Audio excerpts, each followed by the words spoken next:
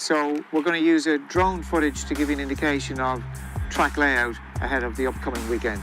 So same basic layout, 10 fences on the round, 7 hurls on the round. You can see here the second fence away from the stands has been moved forward 30 yards, 30 yards, to provide better ground takeoff and landing.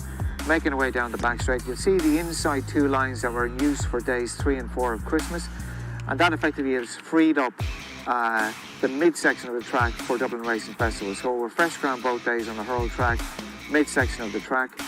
The chase track has been edged out marginally towards the ambulance road, and so it's a slightly longer track for this weekend, and those amended distances are available at declaration time.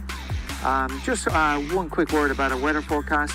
So it's going to feel much cooler at the weekend.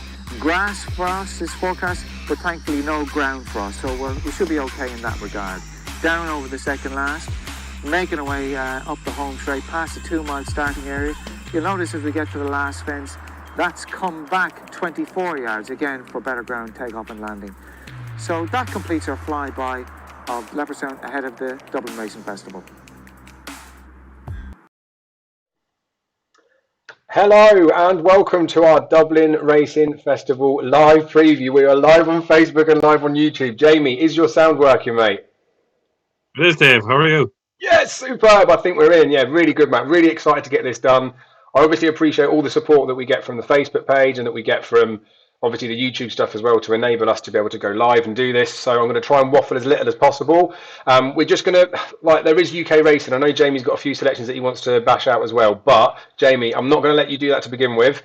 We'll see if we get some time towards the end. If people aren't interested in watching that, we'll bang them in the comments below or the description below what Jamie's selections are away from Dublin. But I really just want to crack on with the Leopardstown stuff. So because we're going live, and hopefully the sound and everything's coming through okay, I've chucked in a few little extra teaser bits. So where I mentioned I can do more stuff through live, I'm going to show you some of the stuff that we can do. So we're going to kick off with the first race on the first day. It's a grade 1. All of the grade 1s I've got us a nice little introduction for. So enjoy, and then we'll be back with you. Over the last goes Ashdale Bob with a clear advantage over Gabanaco, and then Lieutenant Command Fakira comes again on the outside of Esky Lane, and up the hill inside the final half furlong. And the bet Victor, make your best bet novice hurdle. Ashdale Bob is winning in great style, causing a little bit of a surprise. Second Fakira, Gabanaco in third, and then Lieutenant Command Esky Lane, and failing to complete the big 2, Fighter Allen and Holy Macapony. She was in great shape going into the back straight, or coming out of the back straight and then turning into the straight. She said he was just gone. We've checked a few things there with the vets. Nothing obvious as yet. We'll have to get him home and check him out. Obviously too bad to be true. They're very well strung out, and it's Gaillard de Neil after a sequence of seconds will strike oil here today. One to jump, and Statler has relinquished the lead to Fantasia Deline in between horses on the outside as Vanier the final flight, and it is Fantasia Deline and Vanier the grey on the near side. They've shaken off the attentions of Statler, Fantasia Deline and Vanier, both wanted. 100 yards to go, and it's Vanier getting the better of Fantasia Deline and Statler. It's going to be a second score for Jonathan Moore and Gavin Cromwell. Vanier wins with ears pricked from Fantasia Deline and Statler. A long way clear of the fourth. Oi, oi, so welcome to the world of live. There's some horses running around. Some of those horses are actually going to run in this particular race. This will be the only time that I'll mention it to you guys because I know it's a bit boring for everyone, but obviously all the stuff that I put out is free. If you're watching on YouTube and you haven't already, please do subscribe and bash the like button. And then the same for Facebook. If you could like, maybe share it. And then obviously I see some of you already tagging people in there, so crack on with that. I'd also be interested, if you didn't mind, when we're going for each of the races, if you guys bang in the horses that you fancy, and then I can do a little piece where I'll pick out what we fancied and see how we all did. Without further ado, Jamie, that first race, obviously we've got a strong favourite there in Gaillard de Mesnil, who I've just borrowed his silks for this. We've got Holy Macapony in there that's being smashed into second fav. That's all the outfit that I've gone for this particular race. What do you make of it, really? And what, like the betting, what you fancy to win, what you think could be value? How do you see it panning out, mate? I suppose the value's gone now, Dave, on Gaillard de Mesnil. Like, it was 4-1 during the week. No, the form has been franked the weekend by Mr. Incredible. He beat Glenn's Adventure McNace. Beat him well, actually. I think he's very, very short now for this is a deep race. There's a lot of each way value here. 7-4 is ridiculous. Does he really stay to 2 mile 6? Who knows? Holy McApony stopped to a walk last day. Now the Bromhead couldn't find anything wrong with her. I don't know. It wouldn't be for me. Statler is not a horse that I like. I don't think he finds much off the bridle either. Cape Gentleman, an Irish Cesarewitch winner.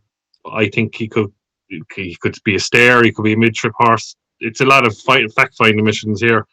But the one I like is from the clip. Actually, the first clip is, but I think Ashdale Bob at 12-1 is overpriced. But the one I really like, with a view to the Albert Bartlett, is Fakira. A lot of experience. Stayed on well behind Ashdale Bob, and at the moment of 14-1, he'd be my selection each way. Nice. Yeah, I went for a bike ride before we did this. Whacked the bike back up on the wall, and I'm with you on the Gallard de Mesnil thing. Like, he was available at 4-1 in the week. We could see, because they've had a market up on that for a little while now, we could see that Statler started off favourite. Statler's still in this race. The money came for Gallard de Mesnil. Looked like maybe Statler wasn't going to run. Maybe that's why they were backing Gallard. But obviously both of them are in there. Gallard de Mesnil is now, for me, way too short. Now, I know people don't always get involved like short-term anti-post, but if you could have got 4-1 on this horse a few days ago and we were expecting things like Statler not to run, then they're in this race and he's a shorter price. It just makes me feel like if you wanted to back him, you should have already been on. The application of the hood scares me a little bit, because I think this horse, when we did our like mid-range Cheltenham preview, we're talking about the Supreme, we said maybe this horse could drop back in trip. Now, I know you rightly said, started off at 2.5 miles, William Mullins isn't necessarily going to do that. But I just wonder, with how his novices have turned out this season, maybe another year he might have started him off in a 2 mile race, and then we would have already answered the question if he goes 2 miles. Just think, with the hood in here, he's obviously quite keen. If they don't go fast enough in here, it's going to completely ruin his race, or it might ruin his race. We saw horses like Mellon the first time they wore a hood, it completely switched him off, and he ran no sort of race. So I just think, with all things considered, you'd either be on Gallard de Mesnil and be happy you got the price, but bit wary of the hood application.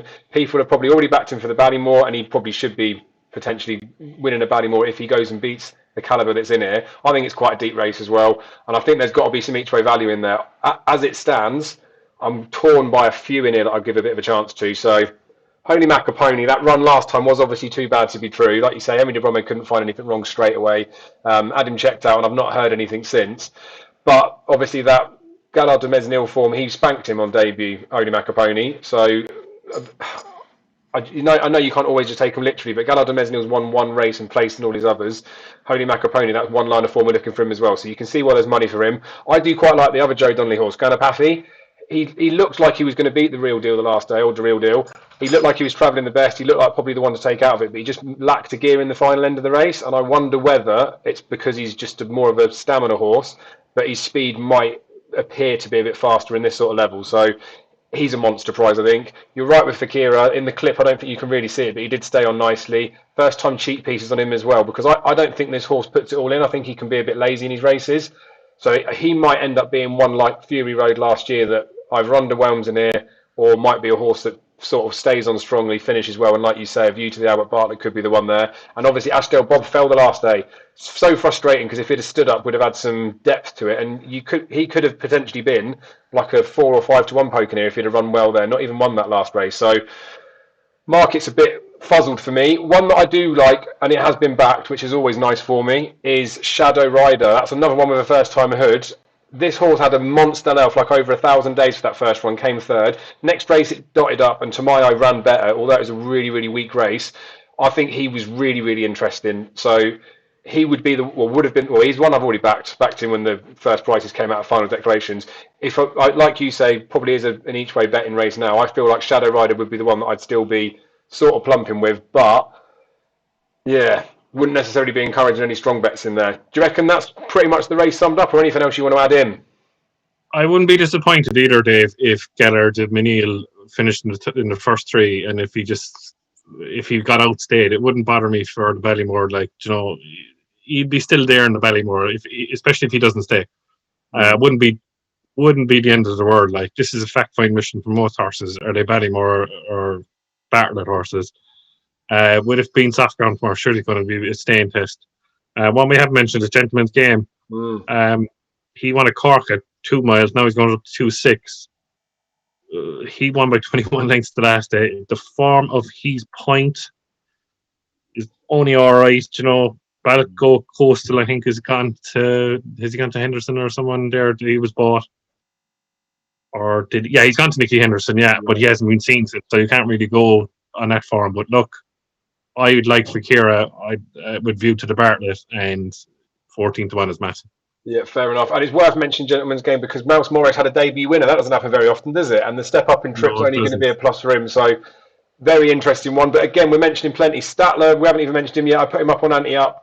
He's very short-ish now for the Albert Bartlett in retrospect to the price that he is within here. But this is more of a race, I feel, for Albert Bartlett prospects. Not necessarily having to win the race, but to run well. His run, which we saw in the clip where he was behind Vanillier, who I think is too big a price, but then they can't all be too big a price. But Statler was a bit short of room, wasn't really that harsh ridden in the finish, and then started to fly at the end, so it was no surprise to see him step up after that. I can see why Paul Tannen's gone for Gala de Mesnil, but I feel like Statler would have been second choice, and obviously wearing the betting he is, it's just a proper race, I think, isn't it? I'm really excited to see it, and you know whatever wins this, even if there's a few of them bunched, that they're going to be all pretty decent novices for the rest of the season, aren't they? Yeah, of course. Yeah, definitely. It's a hot race. And look, is there much in England in the Bartlett and the Ballymore? I suppose Ballymore there is Brave Man's Game, but in the Albert Bartlett it seems to be all Irish horses at the moment. And like, would any of those Irish horses be afraid of the Cobb that won last weekend at Doncaster? Exactly, yeah. And he's got to be supplemented as well, to be fair. But like you say, he probably is the best to the British. So do you think that we've done the first race enough? I think we've covered enough there. What do you reckon? Yeah, superb. So, as we were saying, to be pushed for a selection, I think Jamie's coming out with Fakira, and I would be saying Shadow Rider. I quite like this horse. He's also one of them because he's a bit older. If he ends up flopping in the next couple of runs and he gets a handicap mark, I would still be wanting to keep him on side. So, basically, he can do no wrong for me tomorrow. We're going to quickly have a listen to either Paul Townend or Willie Mullins on the thoughts of Chacun Poursoir, and then we're going to cover the Dublin Chase. I suppose he was workmanlike in Cork. It was first run, but he improved so much from there to Christmas, and hopefully he can go back in the same form and his real swagger about him at Christmas time. And is he good at 2 milers you've ridden? He is. He definitely is. I suppose he's the flashy 2 miler that everyone dreams of getting the spin on, you know. So, he was lucky enough to ride gold and silver throughout his career. It was probably the other way, 2 completely different horses, but he was a good 2 miler in his own right, and Chacun just seems to be, he seems to have it, whatever it is. And I get the impression he just has a massive cruising speed and always in his comfort zone, and then when you go and you ask him to quicken again, there must be some kick and some buzz to be right, something that can go again. It is. It's what separates the good horses from what he might be a very good horse, you know. His record speaks well for itself at the moment, but as we all know, he's fragile enough, but hopefully we can keep him in one piece now. So that was Paul Townend there, verbally drooling over Chacun Poursoir, talking about how having a 2 mile chaser that's this good, where you can just push that button and find out more, is what separates them from the maybe potentially good horses. For me, in this race, mate, I think Chacun Poursoir looks better than ever this year. I wouldn't say he dotted up in the race last year because Mim was coming at him towards the finish, but I don't think Chacun would have been beaten if the race had been run any differently or anything like that. I do really think that Chacun Poursoir just wins this bar an incident, and as much as I think Notebook's like a nice enough horse, he shouldn't be anywhere near it. Min probably is second best in here. Tornado Fly is interesting because I've always liked him as a horse, but he just isn't a grade 1 horse. I think he's just grade 2, but they're not going to run him in him. Size and Potsy can't even jump a hurdle, can he, bless him? So it's a bit worrying seeing him in here. But Chacun wins, didn't he, or do you think something different? No, Chacun Poursoir wins, Dave. He looks better than ever this year. I suppose he seems to win his race before the bend. I hear a lot of people drabbing him about that he won't get up the hill at Cheltenham. I think it'll be over when he turns around the corner, jumps second last at Cheltenham. It's over. I don't think anyone will get near him. The form, Politolog was beaten the last day and first flow won at Clarence House. So, look, the way to look at it is that it'll be Chacun Poursoir and Min will be second. Min will probably go Ryanair. Chacun Poursoir will go Queen Mother. I suppose the Min side of it is that ever Chacun Poursoir, if he never makes Cheltenham or doesn't make tomorrow, or even you just don't know of the horse, Min will just slot in for the champion chase and win the champion chase. Yeah. So they must be sick because he'd have won the champion chase last year, maybe if he ran in the race. So, look, he won a Ryanair. Look, he's the best 2 miler at the moment. I said it in the preview there. We did there just after Christmas. There's nothing that's going to beat Shaq as well. He stands up.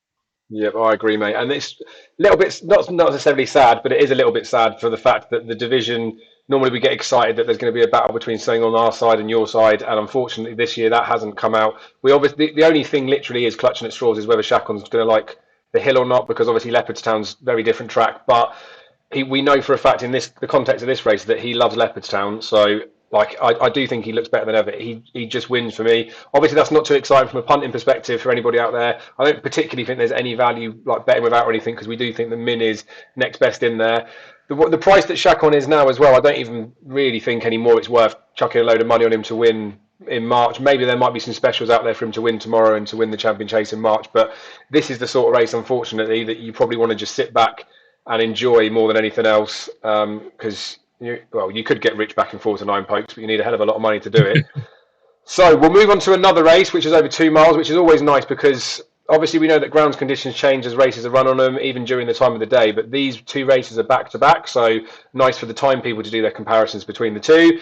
Willie Mullins, as always, has got a stranglehold in this particular race. I've got quite a strong opinion in this one as well. But before we go into that, we'll listen to the great man himself on the thoughts of his chances within here. He looks a natural chaser. He easily went back to 2 miles. So I think he has to take his chance here. I just felt when the horse jumped so well, I thought, why waste it going 2.5? Let's see what he can do over 2 miles against good horses. I think he passed that test. He'd probably have to pass the test here against better horses. So we'll just wait and see. I'd like plenty of juice in the ground. He's a big unit. He's a big horse, and you don't really need fast ground for those type of horses. We'll have Franco de Port in the race as well, who won at Christmas, but was he a lucky winner? We don't know. They went off at a ferocious gallop that day. Unaccepted is a very good horse over 2 miles as well, so it'll be interesting to see if he turns up, and he has a very forward style of running. So there was Willie Mullins talking mostly about Energumene, basically saying that 2.5 miler, but he jumped so well, why move him up in trip? Which is, I think, is kind of fair enough, but it also screams out to me, why would you want to run against Envoy Lamb when you can get away with running over 2 miles in Ireland and win Grade 1 novice chases? That's what it screams out to me personally anyway. Now, that's part of what my argument's going to be in this particular race. I do, and Energumene, there's no doubt that he's like a good horse. Time Boy's going nuts for his first 2 runs. This is the strongest race that he's faced so far this season. He's obviously going to face a stronger rival in Shishkin or Envoy, whichever way he goes. But I do just wonder whether he might get found out in here. Like, I think he looks good, but he doesn't look exceptional. He doesn't look like he's miles clear of it. And it also doesn't particularly look like this year that there are maybe 2 standouts. Sometimes we do get it in Ireland. We had like Footpad, Petit Mouchoir. We had Notebook and Fakir last year. You normally have like a pairing of them that seem a cut above. And I don't really get that vibe this year with them. Now, Energumene, he is better off the front. Unaccepted Willie Mullins horse that I quite like. He's much better off the front, half brother to Greatfield. We know how that horse's style was. Unaccepted's too short a price for me to be taking him on with the fact that he's had a niggle, so I'd have to just leave that apart. Franco de Port, Willie Mullins sounded quite keen at the beginning of the season about him. He is only a 6-year-old. He's one of the youngest runners in this race. Obviously picked up the pieces at Christmas, and we don't know whether that's like where he would have finished or how well he would have done. But I think he's getting a bit of a hard time for that. He is obviously course and distance winner. And for me, he's one of the ones that's more likely to be improving than some others in here. So I give him a little bit of a squeak. Felix de G, Jamie, what the hell happened to him at Christmas? The ride, like I've watched it back in preparation for this, and I swore to myself I wouldn't watch it again because it literally makes my head hurt. Have you got any reason for why Jack Kennedy decided to go off and then decided to come back and then try and go again? What he was thinking? Do you reckon it was Elliot Uard form, Felix being a bit of a monkey? What do you reckon it was? Because I'm so confused with what happened. I don't know, Dave. He kind of did it in was it Punchestown? He did it in Punchestown against Size and Patsy. Mm-hmm. He kind of went to the front, stopped, and then went again and beat Size and Patsy. Was it a tactic by Kennedy? I don't know. I watched the Nace race back the last day. To compare, Willie Mullins there saying that he might be. He's not quite a Duvan or on the so, but he's quite close to them. I'm not buying that. No. Not buying it whatsoever. He jumped kind of right to me the whole way at Nace. He's going to get away with it tomorrow, I'd say, because the fact of the matter, it's going to be soft enough for him. If it dried out and keeps drying out, there's a cracking bet each way here, and I fully believe Miss Blackmore on this. Captain Guinness is 10-1, and I think she's a right chance each way. I really do. She got off the horse and said, we'll give it a go the next day. The ground was deep and nae, she said, and I like it's way overpriced. Like, she was bad. I know you can't ever take a horse for granted when it has something wrong with his heart. Again, it's unaccepted at Tipperary at the start of the year, but I mean, like, I don't like unaccepted. The only thing about this is, Dave, it could suit Franco de Port, because the fact of the matter, you have Felix Deschy, Darver Star, and Urchamine, Unaccepted. and they all unaccepted. They all want to go from the front. Yep. And they could all cut each other's throat up front. Captain Guinness likes to go up front as well. So it could set it up for Franco de Port again. Now, I don't think he's the best horse in the race by a country mile, but he could stay on. He could be a nice bet each way there at around the 12-1 mark. But my selection of the race at the moment is Captain Guinness. I think it's overpriced at 10-1, and I can't see him out at 3.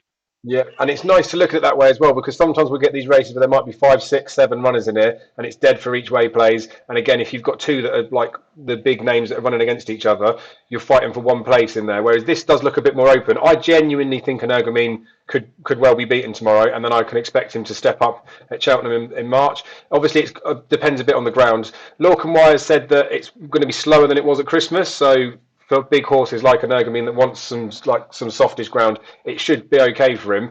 I'm just really intrigued to see how it pans out, because like we say, there's lots of pace in the race. Sometimes we talk about this and we'll say that they could be cutting their necks off, and someone will bottle it, wouldn't they? And they'll decide they're just going to pull them back a little bit, and then maybe one of them gets to go in front, or two of them get their own way, and then it pans out nicely. It won't be anything like what happened at Cheltenham when Footpad. Do you remember when Petit Mouchoir and what was it, St Calvados, when they went absolutely spastic from the front, didn't they?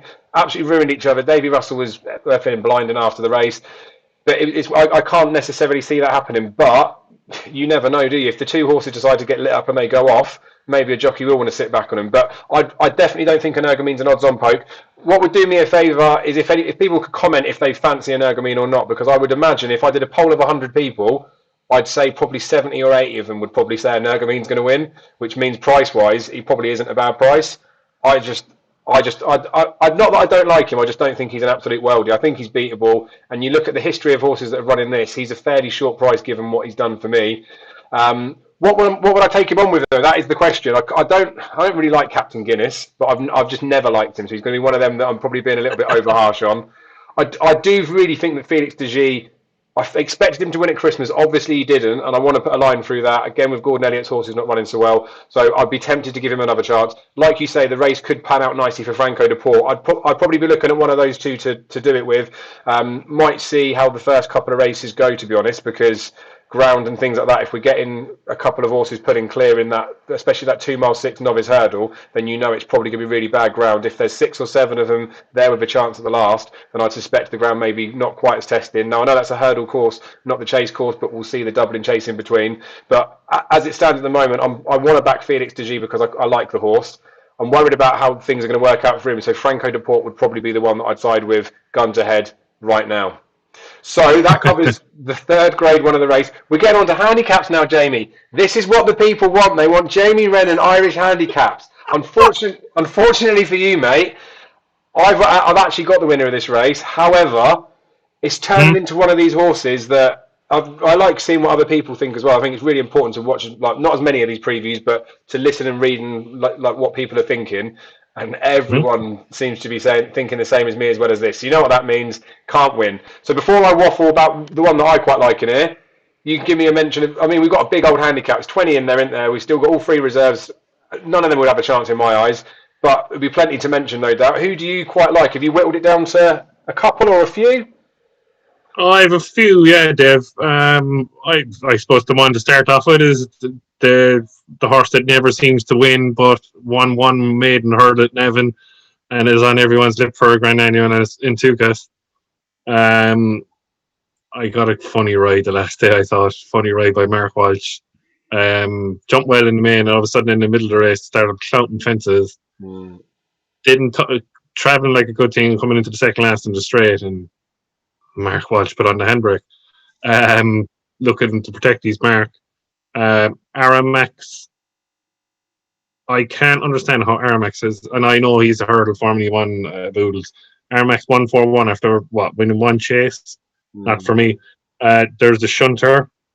Now, a lot of people latch onto the shunter to win the Great Wood, but I don't think he jumps fences well enough to win this type of a race. Yeah. In a big field, like I'd always remember what Robbie Power said down in the Great Wood. Coming down to the third last, he thought he was cooked, and all of a sudden they started coming back to him, and he stayed on well up the hill. Yeah. That always puts in my the one I'm starting to like, and then I don't know why I'm starting to like, is A Wave of the Sea. Was second last year. No, won actually last year at the juvenile race that Aspartar was supposed to be a good thing in. Aspartar sadly picked up the pieces. Off 133, I think he's a right chance. Yeah, he's a good price at 11-1. But honestly, Dave, it's a tough race. But if I was to name my ones I'd be watching the most, would be in Tukas and A Wave to See. I know it's unoriginal, it's both McManus, but it's what McManus horses are going to be trying on the day, I suppose. Yeah, very true, mate. And a thank you as well, because I definitely, well, I know that you probably would give this one a bit of a chance when I mention it, but at least you haven't touted it and then added to the list of burdens. So I think one thing that's worth mentioning for this Dublin Racing Festival is the fact of the prize money. Now, I can't remember the exact figures for Cheltenham, but like the bumper is worth more here than it will be the champion bumper. And I don't know with this, but this is worth €60,000 to the winner. So I wouldn't even be surprised if this was worth as much, if not more, than the Grand Annual come March. That has got to be a factor for lots of people, and we know that like people are going to want to try. Not saying that racing's going to get abandoned, but you think last year they missed out on Aintree and Punchestown. I think people are going to want to take their chances at these big prizes. Obviously, there can only be one winner, but like you say, JP's got, I think, pretty much every horse that he's got in the handicaps you could genuinely make a case for. Just could be the question of which one he's pressing the button on. I like him too, because I think he would be my normal type for a Grand Annual come March. Someone else put him on to me, to be fair. I worry about his temperament, whether he's actually going to win or not. But you know, from a value perspective, he was going to shorten up. Another one that doesn't win very often, but I think is the one that's going to win this race. And again, a lot of people have mentioned it. I really like Port Stanley. He's got the 12. I would disagree with you. Yeah, and he's got a £12 pull with Aramax for that last one as well. He was giving him 6, and now he gets 6. Got the first time. Sorry, go on. But he did a lot of the donkey work in that race, Dave. I like to see him held up and get a lead into the straight and see if he'll jump the last and go away. Like, he seems to be doing a lot of donkey work in these races. So I wouldn't put you off him. Whatever, there was all form there with all of them. Like, they've all been running the same races all year. Like, do you know what I mean? And the good thing with Port Stanley is he's only been out the first 3 once, I think. This is the sort of race where bookies will be given enhanced places. So you get 6 places definite. You might even get 7 somewhere. So like, I feel like he'd be in and around the frame. He's got the cheap piece on for the first time, which I quite like, because like you say, did the donkey work last time. Hopefully it'll make him settle. The only negative is Robbie Power on board. We all remember when me and you had the it was Shantou Flyer, wasn't it, when he lost it in the Kerry National, was it? Shantou Village. That's it, Shantou Village. Absolutely ruined us, didn't he? So that's the sort of expectation I've got for Port Stanley. But lots of people are thinking along the same lines. I think Port Stanley genuinely is a knocking bet in this. I think double figure price. I don't often bet each way, but in a handicap like this, like, I can't see him out of the frame. I've backed him each way because I do think that there's enough value in there that I'm happy to take 2s on that he'll place.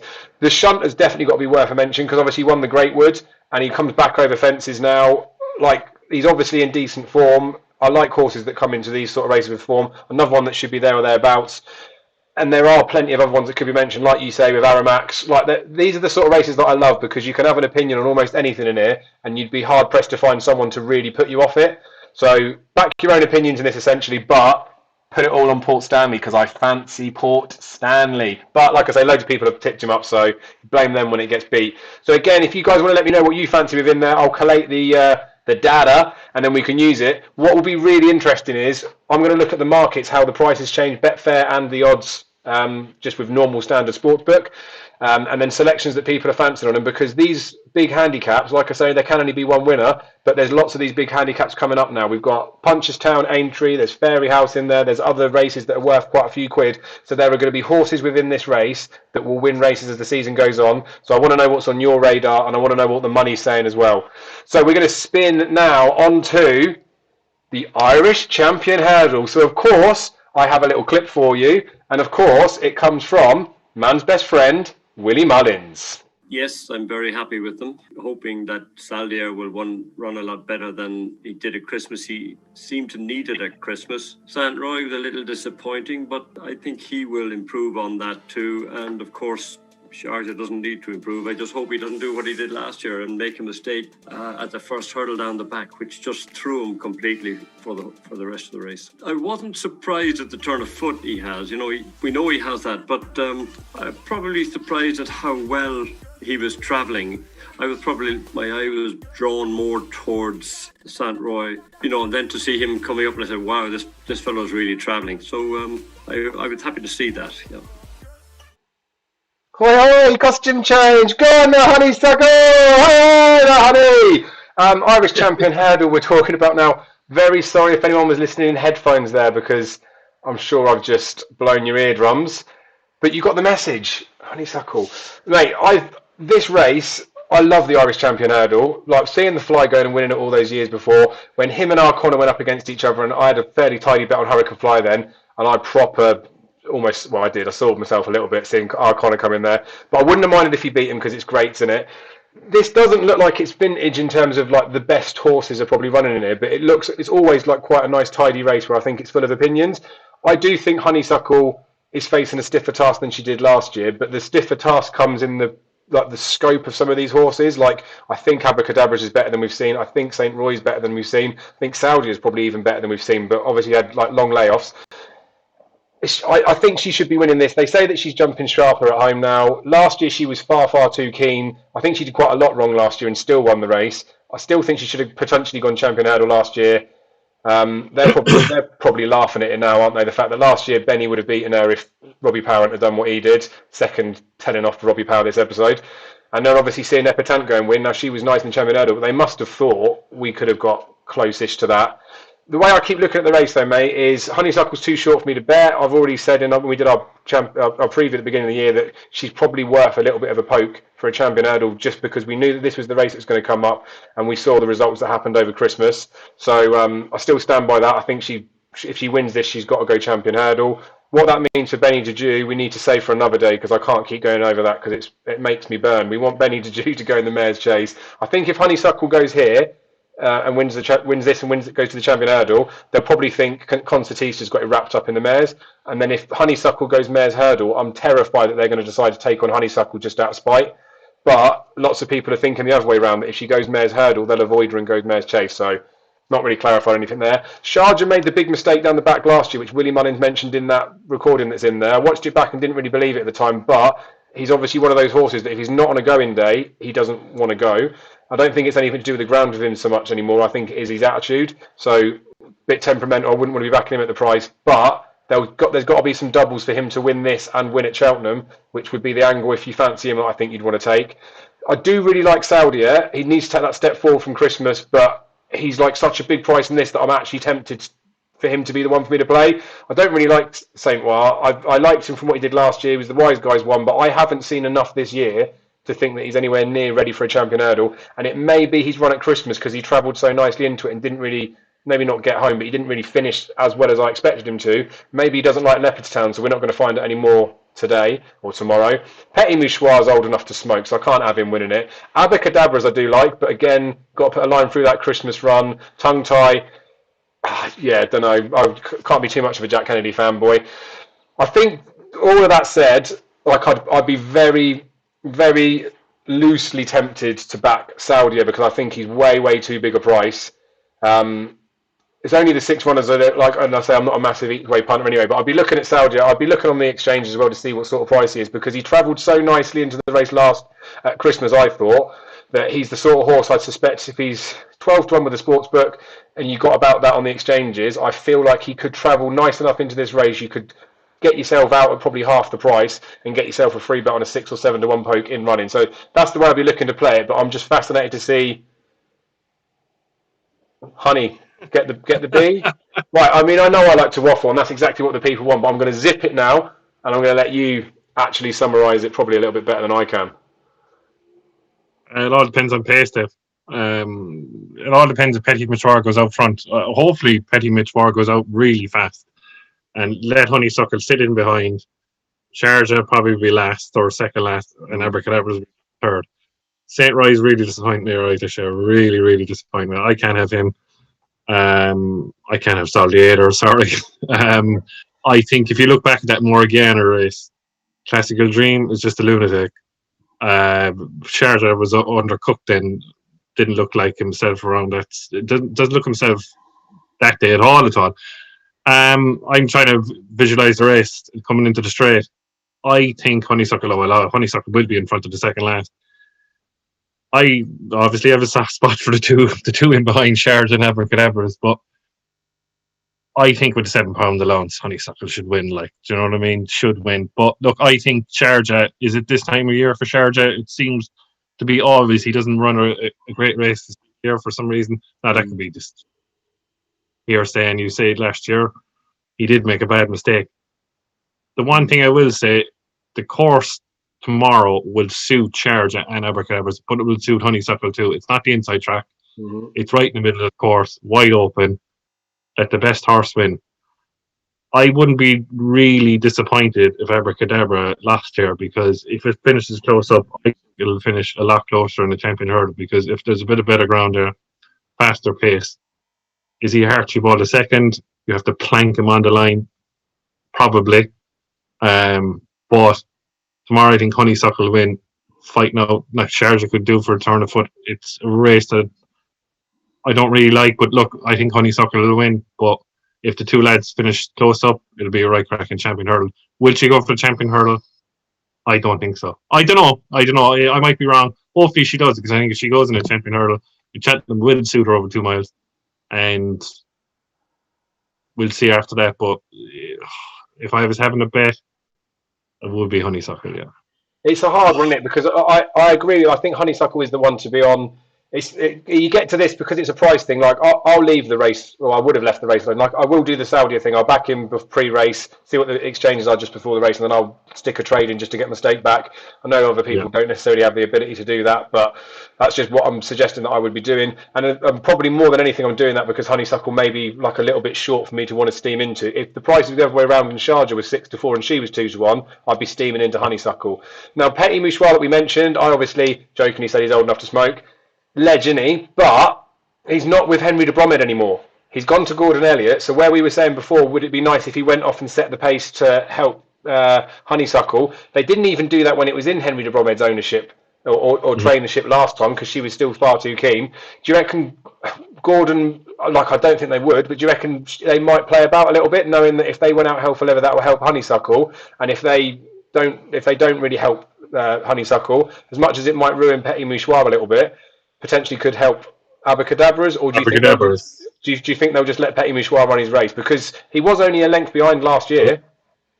Could. I wouldn't disagree with you, Dave, but no, I'd love to see Petit Mouchoir go out really hard and let their best horse win, but I can't see it, to be honest with you. I don't think it'll go fast enough for Abracadabras. I'd love to see Abracadabras, and I know he's 158, he's probably 160 something in England. Like, you know, I'd love to see him with a £10 claimer in the county hurdle, and then we go very extremely fast, and God, the horse would win easy, like. But no, I don't think I'll have a bet in it. I really don't, because I don't know going to win, to be honest with you. But if I was to name my mass, Honeysuckle will probably outstay him. Yep, superb. Well, I think we've pretty much summed it up there, that it's a mouth-watering clash. And to be fair, there's no runner in the race that doesn't deserve to be in there. It's fascinating. It definitely seems the sort of race that you could run it a few times and you get a few different results, or at least you wouldn't be surprised. Within saying that, I do just wonder if Honeysuckle does jump that bit better now, and she does settle in the race compared to what she did last year. She's the only horse in here that I can imagine going and winning this by a few lengths. And if she does go and do that, then she's a proper force for a champion hurdle. So we'll move on from that race, because otherwise I could just keep going round and round in circles again anyway. Racing Tees have got these little bad boys. There is a competition, a giveaway on the Anti-Up last episode I did. So if you go onto YouTube and check that out, you can see how to enter, and you can get a freebie coming out of my pocket. Well, I think he's probably going to help me out with that. Anywho, handicap hurdle now, Jamie. This is a delightful handicap hurdle, because there's 4 that I've whittled it down to, but there's 2. Jesus, mate, delightful, delightful in my eye. There's 2 at monster prices in here that I I give a strong chance to as well. So either I'm completely losing it, which is very, very likely, or I'm onto something in here. I'll do the same as the previous handicap. I'll let you go first if that's all right, mate, because there are, again, it's another one of those handicaps where you'd struggle to really put someone off of any of the horse in here. There's loads of nice, renowned names in here. Lots of horses that are potentially coming into a bit of form now and could be stringing up a bit of a sequence. So, yeah, without further ado, Jamie, give me your thoughts, please, mate. See if you lined up with me at all. I think the best 2 mile handicap hurdle ran this year in Ireland. Now, it was on better ground, obviously. It was Hatton's Grace Day when Advance Virgo won. Now, he's a favourite. Can't have him for Mr. Charles Burns, we will say no more. But if you watch that back and coming into the second last, he cleared the Bofo was making this move, and with the claimer of Flanagan, I don't know what his name was, and he said you could see there that cleared the was going to take it up at the second last, and he fell. Yep. And you could see he dropped the anchor behind, and dropped the anchor, got absolutely creamed. Stayed around the whole field and finished third, and now is only up £2 from 129 to 131. I can't believe Mark Walsh hasn't got his win for the Moy Glass Flyer. I see the potential in that horse, right? But I really like Drop the Anchor here. Now it's a massive field. Simon Torrance claims £5 off him, which is great.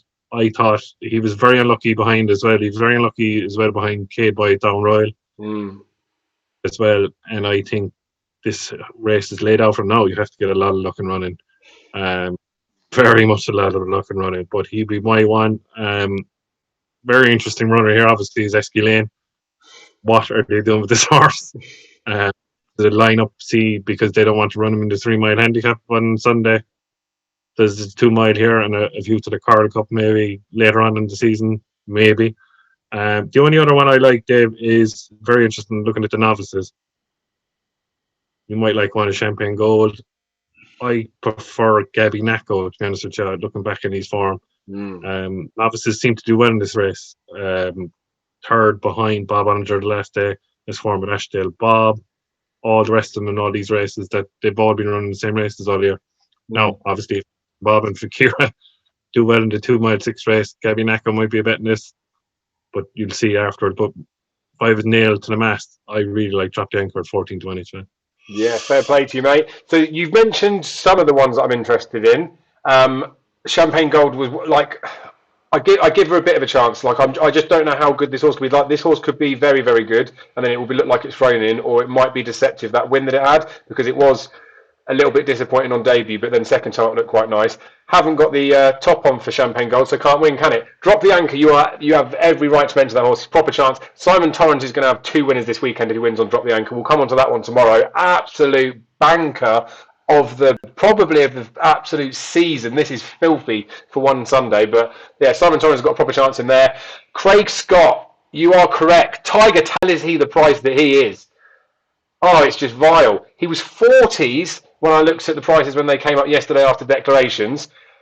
Admittedly, he's very in and out. He's like a little weasel, isn't he? But he's one on soft. He's one on heavy.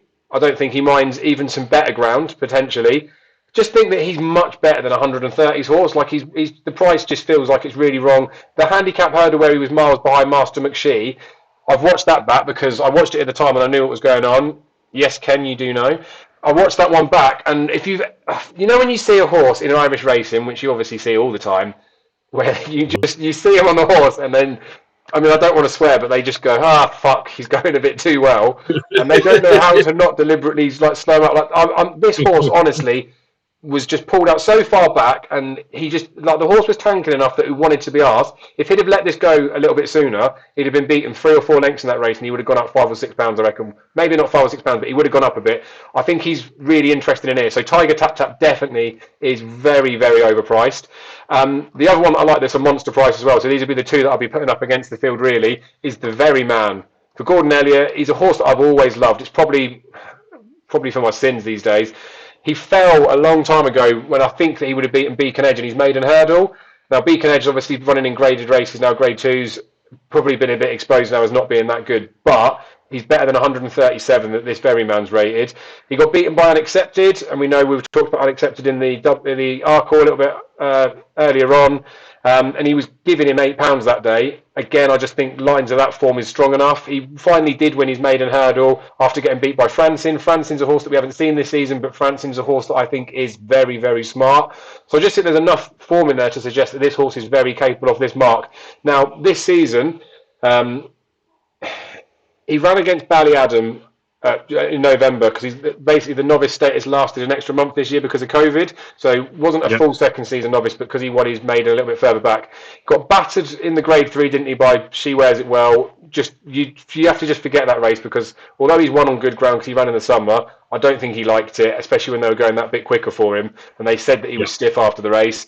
He unseated when he ran against Cape Boy, and I think that day that was a handicap. That was off of 138. Like, I feel like you could have said that he could have won that race. Whether he would have done it, I don't know. But like, he ran well enough for me, and then obviously runs in a Grade 1 for literally no other reason than to try and get some mark off, is what I think, because there's no way he's going to compete with them boys. They only got the £1 off, but I feel like they've done that to try and pursue something this spring. So whether it's today or tomorrow, or another time in spring, they've got Conor McNamara taking another 5 off. I think the very man's just stupidly big price at 33. So those two. You don't think he's a summer horse, Dave? No. No, I think he could, honestly. I think he goes anything. I think there's something like a little bit weird with the horse in the head. Like, I wonder whether he's like a bit too much of an animal. Maybe he's not that intelligent, or he's just very disciplined and he does what's asked of him. The times that he makes mistakes as well, when he unseated and when he fell. You watch it, you see the difference with jockeys. I'm not pretending to claim to know what I'm doing on the horseback. The jockeys know better than I do. But you see lots of different things. Like, if you give them a little, if you're a bit loose on the rein, they might make a mistake. Or if you let them try and find their feet on their own. Something like Champ. Champ made a mistake because I think he's a horse that needs to have his mind made up for him. I think the very man's the same as that. I think he's so disciplined and listens to the jockey so much that they've got to get it right. And I don't think it's his fault that he's fallen or unseated. So, yeah, I wouldn't worry about the ground, wouldn't worry about anything for him. I think he's got a proper chance. Gabineko, the one that you mentioned as well, if any form gets franked in that first race, would look a monster price at 16s. Esquilane, that you've touched on, this horse, why are you running it over 2 miles, Gordon? We all know that it wants further. We all know it's going to win something. I feel like he's Martin Pipey plot myself. No. No, probably not good enough, is he? But I think look, if you look at what you put up there during the week, Dave, about Gordon Elliott there entering all the horses in Musselburgh, right? And he's running out. We'll get on to him on Sunday. But like, how is wide receiver off 136? Like, you know, he's 130, £6 in England, but he's still well handicapped at 136. Now, it's the most obvious one of all time, and Esquilane's getting obvious as well. Do you know what I mean? Now, he had 2 in it last year, like the horse that I'll never mention again, and favoured for the Per Thames final, got mullered because of him. Yeah. But if you watch that race back as well, that I don't know if the Boss's Oscar would have won anyway, regardless of if Connie Maffire stood up. He was just staying on. Yeah, I don't know about Escalane. I don't know what he's doing with him. Is he a Carl Cup horse? I don't know. Look, he looks a fine chaser in the making, but he kind of hangs as well to the right. So if you look at him last night now, he hung all the way up the straight. Like, so I don't know. Are they hung? Were they pulling the reins right so he'd stay for a handicap mark? I don't know, but no, it's kind of strange. He's worth a watch tomorrow, definitely, but I don't think he might. No, and that's the thing with him, that I think a lot of us at the beginning of the season expected this horse to do things this season and to be one of those sort of plotty horses. And because it's not quite transpiring, it's starting to now reach the point where the more I watch him and the less he does, I worry whether we've just got it wrong with him or it's just not his season this year. The one that you skipped over that I am going to have to mention, Charlie Burns, won this race the last 3 times. Advanced Virgo, went up £10 for that win, didn't it? But 129 is the lowest weight to get in here. So he's like, I don't know whether he's bunged the handicapper or not, I don't know. But I reckon he's planned it nicely to get it in. You can see why he's the price that he is for that reason alone. Charlie Burns and having the 3 winners in there, his only runner in there, and it's coming in off the back of a win. But punting on that angle alone, possibly still a little bit too short. But looks a proper. He was very lucky to win in Fairyhouse, Dave. Yeah. Well, I don't think he would have won if he cleared the Beaufort, who probably lost his form now after that fall, and dropped the anchor still up. I think he cleared the Beaufort and dropped the anchor would have been 1 or 2, vice versa, in that race, and Advanced Virgo would have been 3rd. So would it have been better off being third last day coming into this race? We could see another, those days are gone, gamble like last year. There was a horse in there, actually, that was second last year, Golden Jewel, looked the winner all the way, but not from 18. Not much confidence in that horse, like, you know, but look, he was off with the £8 lower last year in the race, so you can't really fancy him really if you're going on last year's race. But yeah, drop the anchor for me. I really like this horse now. Superb. So anyone that has just joined in at the latter stages, the two that I quite like in this handicap hurdle, they're big prices, and they're both just too big a price. Tiger Tap Tap and the Very Man. Jamie, your fancy was or were? Drop the anchor and Gavin Echo. Yes, boom. So we got that sewn up. Now we get to move on to Grade 2 bumper time. This is an absolute stormer on paper. I'm just a little, well, not worried, but I just hope it lives up to the billing, because we obviously haven't got, I don't even want to mention it. We haven't got him in here. He's going to go straight to Cheltenham, and it would have been great to see him in here, but happy days. We'll find out more in Cheltenham. You know I like Ramillies, so I'm buzzing to see he's in here. Kilcruit, like, he was a bumper horse last year, the same as Ramillies. They're both entitled to be a bit more forward than other horses this season, so they both, as far as I'm concerned, were entitled to win the way that they did. Ramillies' bumper hasn't really worked out, but it was course and distance, and I think if I was Patrick Mullins, you'd sit on Kilcruit, because I think it's his grandma bred him when it was the last one that she bred. It's all like family affair and it's all nice, but I think Ramillies of the two would be the one that I would have preferred, so he would be the one that I'd fancy in here, and I think he's a fair enough price as well. Noble Yates for Emmett Mullins. I know it's obviously not the right Mullins names, but this looks like a pretty useful horse as well. Chemical Energy for Gordon Elliott, like a nice horse. Even Gavin Cromwell's, let's be clear about, is decent. What do you want? The other Willie Mullins horse, Patrick Mullins said before the race, and he said after, this horse shows nothing at home, and then it goes and does what it does on the race course. I half like those sort of horses if they can keep backing up and they can keep producing it, because you'll never have to worry about him exerting himself at home or getting an injury if they're not really putting it all in. But he's clearly, he is well bred, and he's clearly got some ability about him. I think this looks like a fairly strong bumper personally. The only thing I would say with it is I'd like to see like the front couple pull well clear, or I want to see something pull clear. If you get 3 or 4 of them in a bunch, as much as it might be a nice bumper, like when Envoy won his one here, Abacadabra's ran out, they were all fairly close, weren't they? But Envoy's probably the type of horse that just does enough, which is why they finished so close. Whereas in here, we've seen wide margin winners. I'd expect the good ones to pull clear. But yeah, Ramillies would be the one that I'm like majorly interested in here, and I'm pleased that Patrick hasn't picked him, because if Patrick had picked him, Ramillies would be half the price. And I know Patrick probably knows better than I do. Well, he definitely does, but I wouldn't want to desert Ramillies. So he's the one for me. What do you make of it? I totally agree with you, Dev. Get in there! I really like Ramillies, yeah, I do. I think he's gone for the wrong horse. No, he loves Kilcruit, and fair enough. Look, the form of all the horses that finished behind all these horses is pretty poor. They're just probably miles bits better than the form of the horses that finished. I mean, like Kilcruit beat Killer Mode at Navan by 9.5 lengths. Killer Mode was out with the washing. Like, the horse that was probably the best was probably that poor old horse Reality Check, is it? That was going up the straight in an absolute canter that was on Christmas and broke his leg. Killer Mode was out with the washing and that. So Chemical Energy beat On Eagle's Wings at Down Royal. That was beaten yesterday, hammered by a Crawford horse. Now, the one I really like to finish close up is the Cromwell horse. It's like to be clear about it, because then if he finishes close up, I'm happy with Sir Gerhard then for the bumper at Cheltenham. So for me, the two horses that I like to see close up for the form, obviously form-wise, I like to see, let's be clear about Win It for the second Sir Gerhard form, but to be honest with you, 11-2, 13-8 Kilcruit is too sharp for me, and I think Ramillies, he was very impressive, regardless of the form being pants, we'll call it, over in England.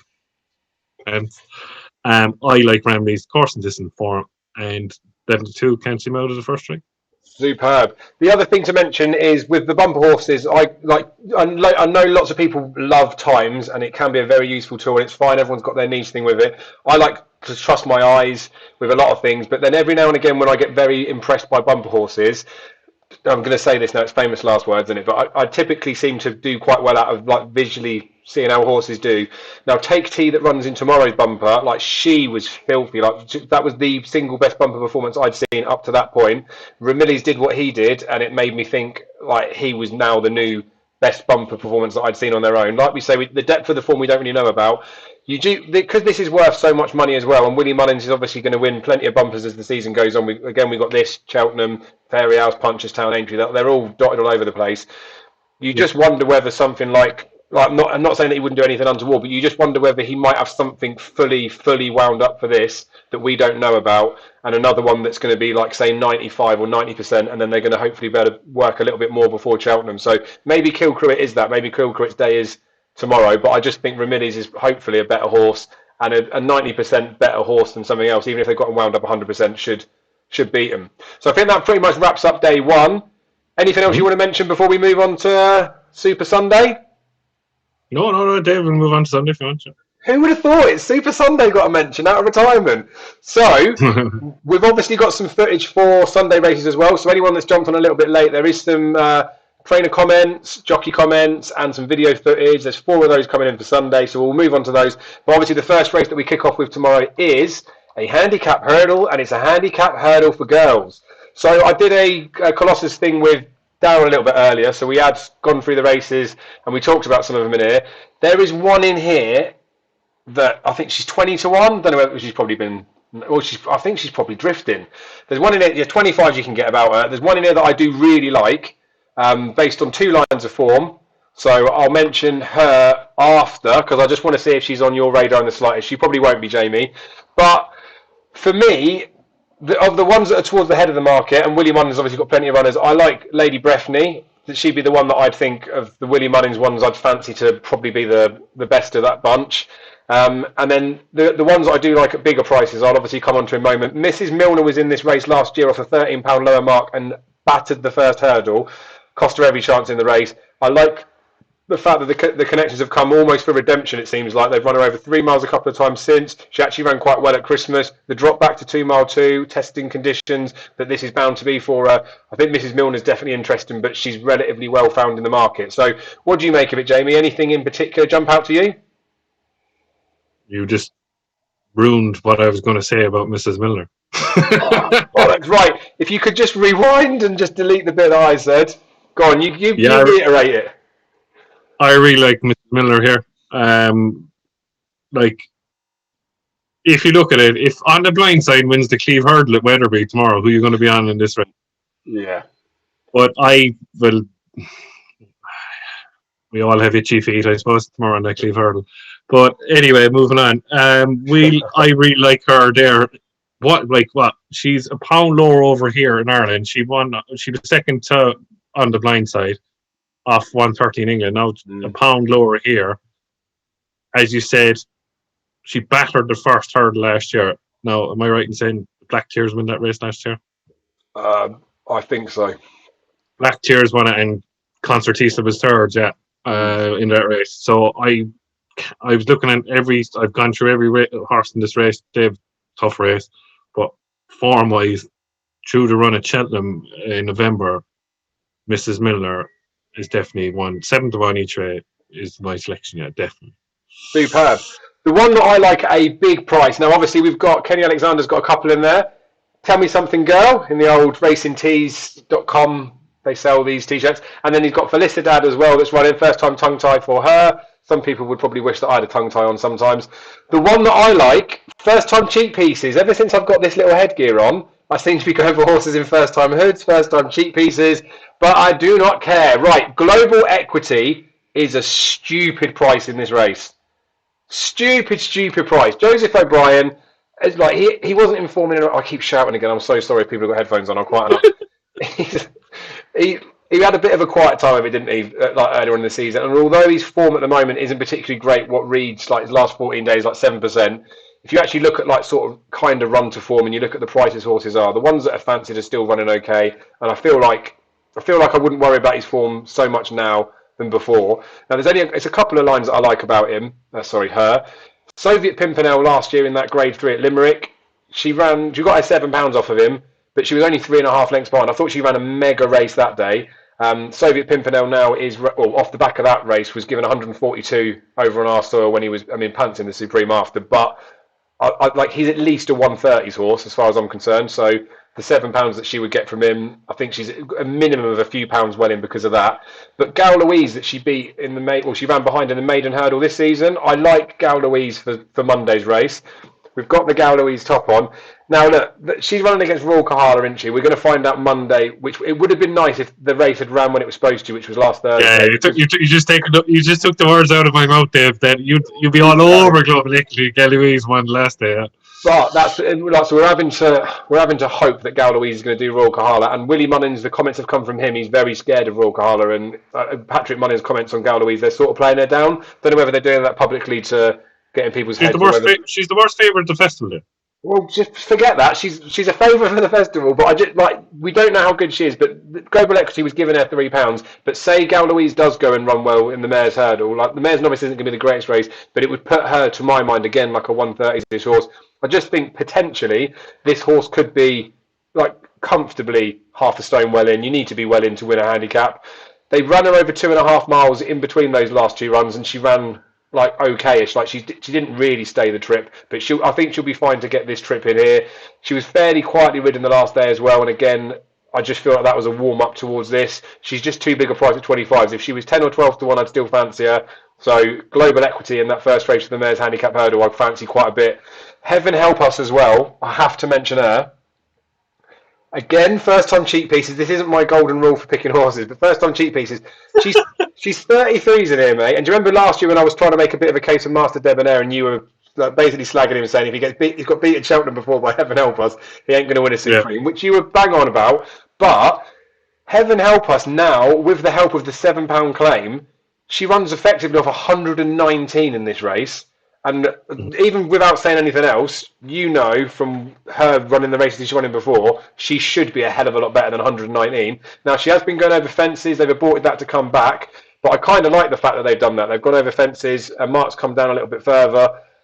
She's got that form where she beat Master Debonair. She's got form in behind Abracadabras, which, regardless of what he's doing, like he still is a decent horse. I just think when you mention those names, and then you're talking about a horse running off 119, how can she be 33s is absolutely beyond me. So again, I'm playing the pair in this race. I think Global Equity, I fancy that as maybe a bit of a punt, and Heaven Help Us, like you would be very surprised if Heaven Help Us couldn't run well off this mark. Maybe she's just gone up the game, but they'd be the two that I'd take on.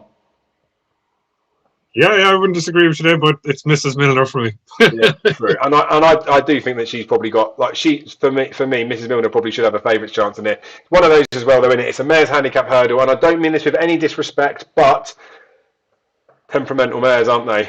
If you are any mares watching this, please do like and subscribe. Thank you very much. Right, we won't mention the comment on the last day and off in the empty, so...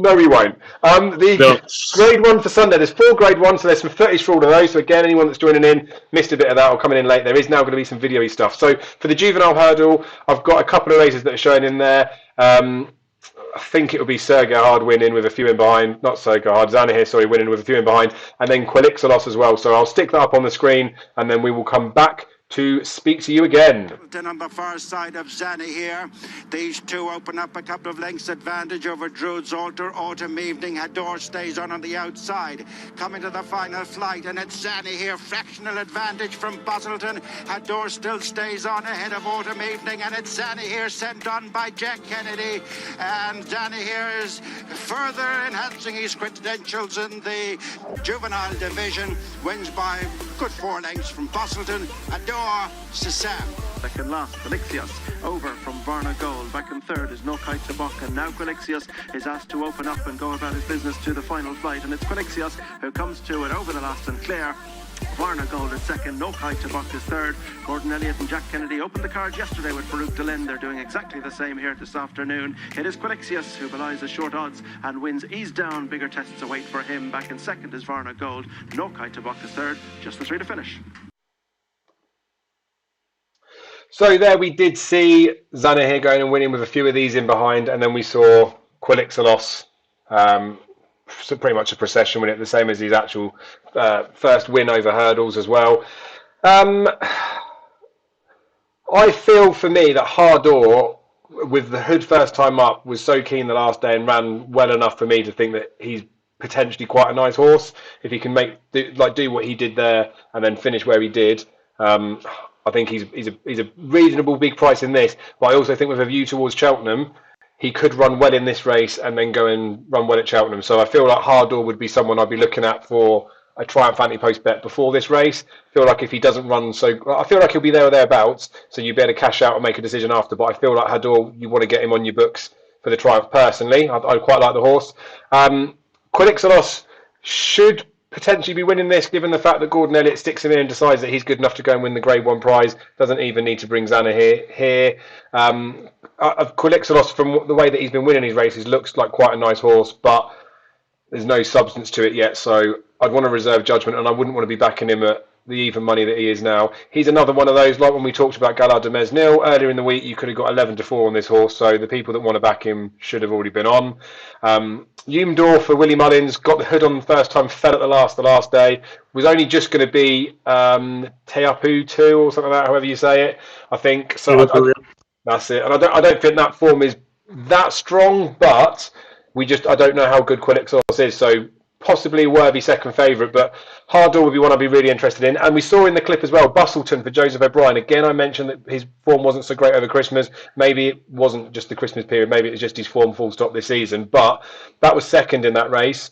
Did a lot of the donkey work in front. Again, potentially could be a bit of a big price. So I'd be a fan of Quilixalos if you backed him during the week because you got some price, so fair play to you. I wouldn't want to be backing him at the price that he is now. I think Hardor and Bustleton are both interested and potentially for going forward. But of that duo, I think Hardor was a lot more immature in that last race, and I think he'd be able to I will not say reconfirm, that's the wrong word. I want to say that he can change the form, reverse the form, that's it, that's the word, reverse the form with Bustleton. So Hardor for me would be the one that I'd be interested in. I don't think I'd back him today though, I'd rather back him for the Triumph and leave it as that. How do you see the race, Jamie? You could see two things there. Would Humdor gone and passed T-Hoop who'd last day at the Ferry House? I don't know, but it was coming with a winning challenge. I suppose momentum after the second last. I don't know, like Quixilias should win. Very disappointed. French Seal's not running here. Really disappointed. I want to see him, but I presume, guessing that French Seal will probably go to there's a juvenile, is it Grade 2 hurdle or Grade 3 hurdle at Goran on Red Mills Day. William Mullins likes always puts a horse in that for some reason on Red Mills trial this day. Yeah, at Goran Park. He'd probably run there and see how he goes. But I don't know. Quixilias should win. Hardor, what I worry about Hardor watching the race back to last day, Dave, is that the fact of hood first time for William Mullins is not very, very that I like to see. The one horse I don't want winning is Saint Sam. Obviously, Boodle's favourite. Well found out marking the Boodles, to be honest with you. But I'd like him to finish a nice, comfy second or third and on to the Boodles then. Because they touted this horse to be their best. He's after buying French Seal for the Donnellys. This Humdor, one easy at Gorn, fell the last day. We'll see how close he gets to Quixilias. But like Quixilias, yesterday was 11-8, now it's 8-11. That tells you all about Quixilias, and surely God it'll win and on to the Triumph. But no matter how impressive Quixilias is, I'm still firmly in the Zania here camp. Yeah, fair enough, mate. And that's the thing with that, like Hardor, the first time hood with Willie Mullins is never a nice sign, but he ran so much better than I expected him to do. I do think Rachel obviously got on with him quite well to do that. You need to see like a big step forward from that because he can't keep running like that because he'll just ruin himself completely. But if for any reason that first run is enough to get it out of his system and he can calm down a little bit, because they're obviously not going to take the hood off after only having it on that first time. If he does just seem to calm down and might not need the hood on so much anymore, I think there's plenty more left in him. But you are right, untrustworthy, which is why I'd rather not back him in this. I'd rather back him anti-post for Cheltenham because if he fluffs his lines here, you can cash and get most of your money back. If he did run a big race in here, even if he came second in here to Quilixalos, he's going to half in price for the Triumph come March. So, Fingers crossed. Right, Chanel Farmer, Grade 1. Appreciate it. Let's just bang him with a clip so you can shut me up for 2 minutes. I have to let you go first on this one, Jamie, because I just don't want to say what I'm about to say, so I'll just let you go first. How do you see how do you see the Chanel Farmer Novice Hurdle Grade 1? Well, he's a monster, Dave, isn't he? Appreciate it. He is a monster. But look, 8 to 11 is absolutely ludicrous in this field, to be honest with you. How is he 8 to 11? I'll never know. He was very impressive the last day. I think the ground will be just about soft enough for him to show what he's really capable of. Very disappointed by Adam last day. Small little dainty horse, very small compared to, look at the size of Precia compared to him. I think they always say, look, I always come back to what Gordon Elliott said after Ballyadam got beaten, well-touted Ballyadam got beaten in Navan in his debut. It was on soft ground. This horse doesn't want soft ground. This horse needs a bit of good, has to have good in the going. He will get closer. How close? I don't think so that much, because the fact of the matter, if it's soft, I think he's absolutely no chance. Might be completely off the rails, but I think he needs good in the going to show anything like his proper self, to get anywhere near a preset. Now, as we said in the anti-post videos, I'm really annoyed that preset is running in a 2 mile. He should be in a Ballymore for me. Now, he could go out, plonk out in front, inside in a Supreme, do a Vautour, do Van, and won't be caught. One horse that I'm starting to really latch on to, and I can't believe, and I'm so happy Brian Cooper's on it, local lad from where I'm from here in Tralee. Blue Lord. I really like Blue Lord. After the run the last day, like Willie Munn said, he had a hard race. How did he have a hard race? He was keen, fair enough, he was keen, but how did he have a hard race? He practically stopped on the way to the straight and let Bottomger go by. Townend did. I think this horse, but the only problem I have now is that Pre-State is number one. Will they leave Cooper, leave Blue Lord off the leash, and see how good Pre-State is? You're going to get trainer tactics here. I'd love to see Blue Lord go out in front and give Appreciate a race, and I think this is the real danger to Appreciate it. How good he is, he might be over touted, but after he's racing against Bob Oninger, like he pulled for 2 miles and it was still there coming to the straight. Nace is a tough track on soft ground to get all the, I suppose, the distance of 2.5 miles at Nace on soft ground. I really like Blue Lord. Now, Irascible is another one. Will get closer. I thought got a pretty poor ride by Blackmore last day, but I think might need a bit of better ground too to see the best light.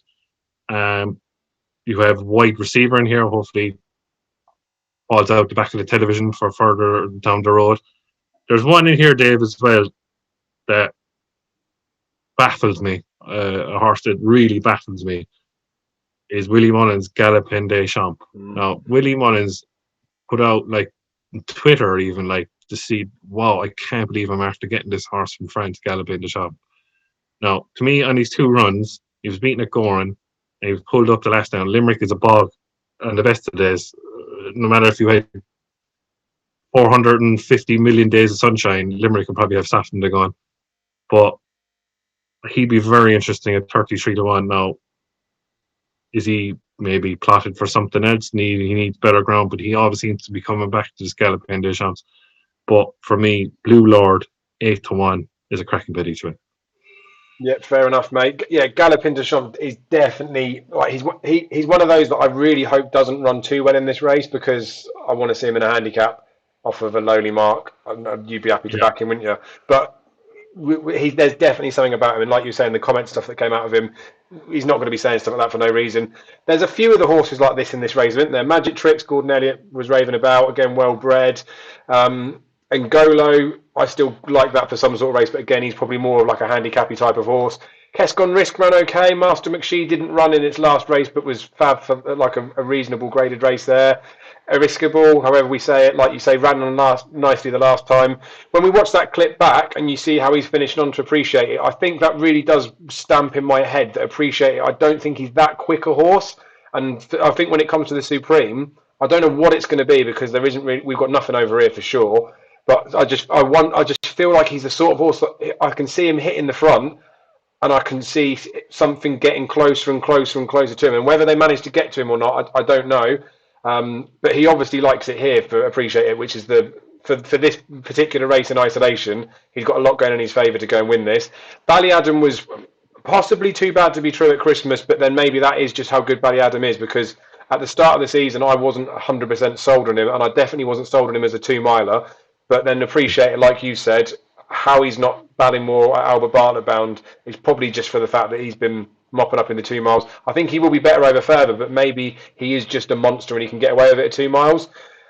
Yeah. So I feel like I want to take Appreciate on is basically the long and the short of what I'm saying, because like it'll definitely be in the frame, and I think that he probably will go and dot up in here, but I don't know. I feel like I don't know. Like, I couldn't be getting stuck into him at the price that he is, and I think even before like declarations, when we thought Ballyadam might not be coming here, he was probably only like a 5-4 poke anyway.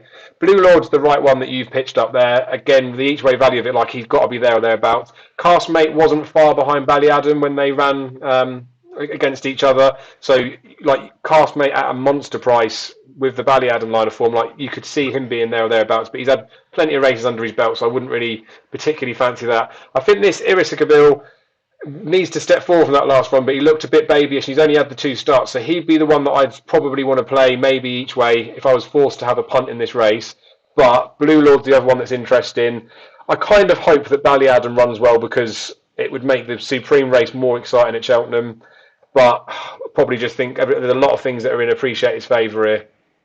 I'm just praying that he gets beaten for speed and then moves him to the Ballymore, because he'll beat Bob Allinger and Brave Men's Game. Yeah, and that's the thing with Appreciate It, because Steering and Forlorns won this last year, and people were still saying after he did that he should step up and go for a Ballymore, and obviously he didn't, and he wouldn't have won the Ballymore if he'd gone there, because he can't go left. But Willie Mullins is going to know what he's doing. I still think Willie Mullins, he's a big fan of Cheltmental, and he knows that 7-year-olds can't win a Ballymore, and that's the reason. We'll bring him there, will we? That's the reason why he's sticking him in the Supreme. But look, you are right. Like, we could see him get done for toe here, then they step him up in trip. The same as that Gellard de Mesnil hasn't got an entry in the Albert Bartlett. It's only Supreme and Ballymore for him. So, not saying he's going to get turned over, but he could run really well and get beat on the first day. Appreciate It could run well and maybe even win this race, and they decide to switch targets. So, I still don't think it's a foregone conclusion, but in terms of what's over here, we've only got Meteor, who I don't think is anywhere near good enough to be winning a Supreme. Well, the one horse there was disappointed. Was, well, I suppose that was wrecked in my head, really, and kind of glad in a way. I suppose I hate to say, I shouldn't say that. Glad in a way he's gone. Is Boot Hill was the one that was really, I was kind of latching onto him for the Supreme, because I think he looks a really strong horse compared to Meteor. Like, so look, Meteor wasn't stopping up a Sandown Hill and soft ground, you know what I mean? For a little dainty little horse that he is, like, but look, no, he wasn't for me on flat for Andrew Slack. He wasn't that good, really, to be honest with you. But look, Earl's might have turned the horse inside up. Disappointed that I won't see Boot Hill, but glad in a way, because he was kind of melting my head in a way that I'm going to probably back him for a Supreme as well, like, do you know what I mean? Yeah, I just think this race, like, potentially on paper, there's other than something like Gallard de Mesnil, I don't think there's anything tougher that Appreciate is going to face in this race that he'd face at Cheltenham. So the logical thing is he's obviously going to run well in this, and if he goes and wins, it will just be Supreme bound. Ground could be different at Cheltenham, but then it could be exactly the same, and that's something else that we need to start thinking about a bit more now, that if it does come up as a soft ground festival, we know that 2 mile you need the stamina anyway, so a soft ground Supreme, you need a 2.5 miler anyway. So I think more than anything, we're just both probably a bit annoyed that Appreciate it's not gone out in trip this season, but fair play to him, he's probably good enough to get away with it. I couldn't be backing him at the price that he is. Again, he might have been one that people have backed in the week, put him in Ackers and things like that, which is fair enough, but I would be going for Emily de Bromhead and Rachel Blackmore on Irresistible as the each way one, and I agree, I think Blue Lord could be one to pick out as well. So it wouldn't be a confident selection in here, but I'd want to be betting away from the Fav in this, I think. So we're going to move on to the William Fry Handicap Hurdle. I don't even think we need to talk about any other horse than, the great man JP. He's another big fan of Cheltmental. He actually named this horse after me. Pure genius. Pure genius. I'm sorry, but there's no one in this room or no one that's watching that could possibly look at this horse and think that 127 is a harsh mark for this horse. And I know people are going to say, well, you're basing it off the fact that he stepped up to 3 miles and got given it out in front. Go and watch the race back. He was only 4 clear. he didn't just get given an easy lead. He's just classy enough over 3 mile. Like, had so much speed, but he has got that stamina to stay as well. Now, obviously, he's not a graded, well, it might not be, but he's probably not a graded horse. But he doesn't need to be a graded horse of 127 in a handicap like this. I pitched the horse as easily mid 135 or mid 130s. When I pitch these horses, if I see that mark, that's good enough for me to back them, which means I think they're probably a little bit better than that. So as far as I'm concerned, this horse is £8 well in. Simon Torrance takes another £5 off for good measure.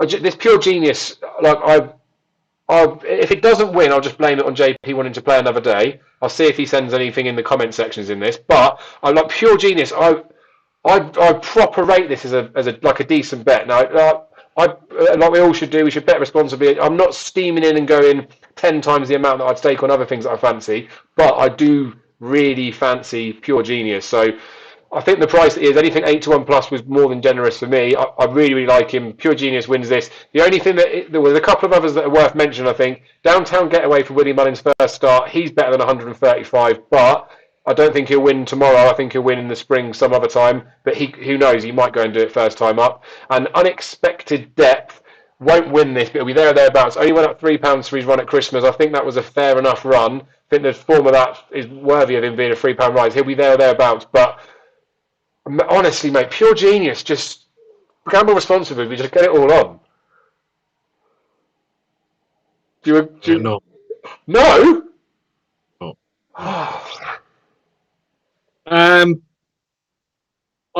I watched Ray. I know he won by 52 lengths. Is it the last day to Fantasio Delen, who a lot of people might fancy for a handicap at Cheltenham down the line with the form with Statler there. He Statler at Nace and that maiden hurdle. I actually fancy the other two Jimmy horses there. I know it's unoriginal, but I think Domilisk, I think will follow up. I think he'll win. We think he'll win in the big 25 runner 3 mile handicap around Leopardstown. Is a bold shout, but he's 9-2 now. You could have got 6 to 7s there earlier. The each way money's down. The other one I have a funny feeling with, who'll be a lot closer, and he was 6th in the race with like Danny Magman. Boss Oscar was 2nd. Unaccepted Debt was 3rd. Mrs. Milner, obviously, if Mrs. Milner win, you'd have to have fancy anything you do with 5th. Then you have Morosini. Now, I think Morosini travelled very well into the race the last day in that part-10 final. And then the handbrake went on, which is fair enough. You finished from top 6 in the part-10. You're into the part-10 final. I think he needs to win here to maybe get in. Now, he's 137, obviously, probably getting to the 140s in England, which is fair enough. I think he's a good bet each way at, what price is he? 14-1. But I think it's Domilisk to win. Bolted up the last day, now won by 7.5 lengths. Very well handicap. Or has the £7 penalty to carry this time. Mark Walsh has gone from, I think it'll win, and Morosini each way for me. Yeah, fair enough. And it is, again, I know I keep saying this about the handicaps, but this is another stonking handicap. You've got big names in there all the way up to the top. There's lots of nice horses in here. Something I'd encourage people to think about doing for bets, because obviously we can get excited, we can fancy a few in here, but you can do what you want, but you don't really want to be backing however much your stake is on 4 or 5 horses in a race. I know you can get away with it with the each way places, but just consider block bets. If you fancy 4 in the first handicap, 4 in the second handicap, stick all of them on your bet slip. It'll be 16 bets. Do it on for 25p's or whatever. If you get 2 winners at 25-1, then you make a ridiculous profit. You can obviously play them each way as well, and you can get some place returns back from it. It's just a cheaper, lighter way to get in, and then rather than thinking, I fancy 3 or 4, and you only pick one of them to back, if you fancy a few, get them on your bet slip, because these are ultra competitive handicaps. But you are right, JP holds the key, and if it's not Pure Genius's day, then it's not Pure Genius's day, but it is his day. He's going to absolutely bolt up and win by a scramble, or he's going to scramble and get picked up on the line. Anywho, without further ado, we're going to go back to looking at some clips. No, we're not. I phoned up Paul Townend a little bit earlier on, and we had a word with him about his thoughts for Monkfish in the Flowgas. If he's going to be as good as we hope he is, he should be able to cope with dropping back that little bit and tripping, stepping up. The good ones usually do, you know. And those horses like that, would they sharpen up for a run anyway, even though you're going to drop back and slip? Yeah, I'd imagine so. He had plenty of runs, I suppose, as an novice hurdler. So but it just took a while for the penny to drop with him. So it's never any harm to just sharpen him up like that, I suppose. And hopefully he can overcome it. The final question, he's a big framed horse. Do you think that he's improved from last year to this season? I do. I think he defied himself last year. He was so raw and babyish and immature. He'd kick a hurdle out of the ground as quick as jump over it. So fences really have brought about a bit of improvement, and he's strengthened up and grown up and matured. I mean, the way that Paul Townend looks at this horse and the way that he smiles for joy after he finishes the race with him, it's like a sight to behold. It like there's no denying that Monkfish is an absolute beast, isn't he? So it's no surprise to see that he's a short price favourite for this particular race. Like Paul Townend says, I don't even think the drop back in trip's going to inconvenience him. He is just a really, really nice horse. The only slight issue I've got with Monkfish, and I know sometimes it comes across I'm just picking holes for the sake of picking holes, but when you've got these short price favs that are in there, you're going to pay a little bit more attention to him, and I just think it's worth mentioning. It might not be a problem, and it may just be me having an issue with it, but I think he's a little bit scruffy with his jumping, which is okay because he's like shuffling and he's getting over and he's doing bits, but I wonder whether he might have a mistake in him. We'll let you confirm. What are you on, no, Mr. Young? We'll see, won't we? Like I say, maybe it's just in my head, but I think he's a little bit shuffling at some of his fences, and because obviously this is back in trip a little bit, and there's some, well, we'll see what a steering four longe does. I just wonder if they go a bit faster in here than may possibly suit him, being this ultra stayer that he is, whether that might expose his jumping or not. We'll find out in here, obviously, one way or the other, but I could completely be proven wrong. But for that reason and that reason alone, it's a 9-runner race. There is obviously each-way value in there, potentially. I'm not a massive each-way punter, but when races like this present themselves, where you've got 4 to 6 fav, you've got latest exhibition in there, who they keep going up against each other, and he deserves to be where he is in the market, given the fact that Monkfish is so short and he got so close to him. But he's a hell of a short price at 3-1 for a horse that absolutely cannot win. So you couldn't even muggy each way play him. And even from a place perspective, I'd rather back Monkfish to win than latest exhibition to place. Andy Dufresne, I've been waiting for this horse to step up over fences.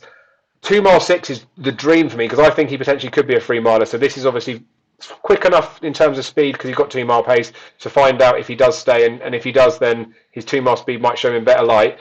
Look, we know latest exhibition beat him. I think it was Navan last season when 6 Shoot was in there as well. That was obviously very disappointing from Andy Dufresne. There's no denying that. But after that, they made comments they weren't going to run him at Cheltenham. I think they were going to mind him for the spring maybe anyway. He's been pretty good in his 2 chase starts this season. I don't think on figures or even form he's got that much to find with the, well, maybe with Monkfish a little bit, but he hasn't got much to find with latest exhibition. He's 14s, I think, maybe even bigger. I feel like he's probably an each way or replace play. Andy Dufresne, the rest of them that are in there, I just wouldn't expect them to be good enough to be getting anywhere near a Monkfish. So that's the way that I see it. Monkfish should be dotted up. I hope that he is just an absolute worldie of a beast. Like I say, the only lingering tiny bit in the back of my mind is if they went fast in here, how his jumping will stand up, but we'll find out, won't we? And it was good. That last run behind latest exhibition, where, like I say, was maybe a little bit shuffly in his fences and things like that, and latest exhibition was right on top of him. He had every reason to maybe be a little bit scrappy over his fences because he had maybe something to think about. He did really well, so there's no holes in it. It's just that we'll find out, won't we? Well, if I'm talking a load of crap, which I probably am, or not. Our steering for Longe is mental. We all know that. Sounds bad, but I'm actually semi-worried about him being in a race like this because he doesn't want to be going this way round. We know that, and he doesn't really jump very well.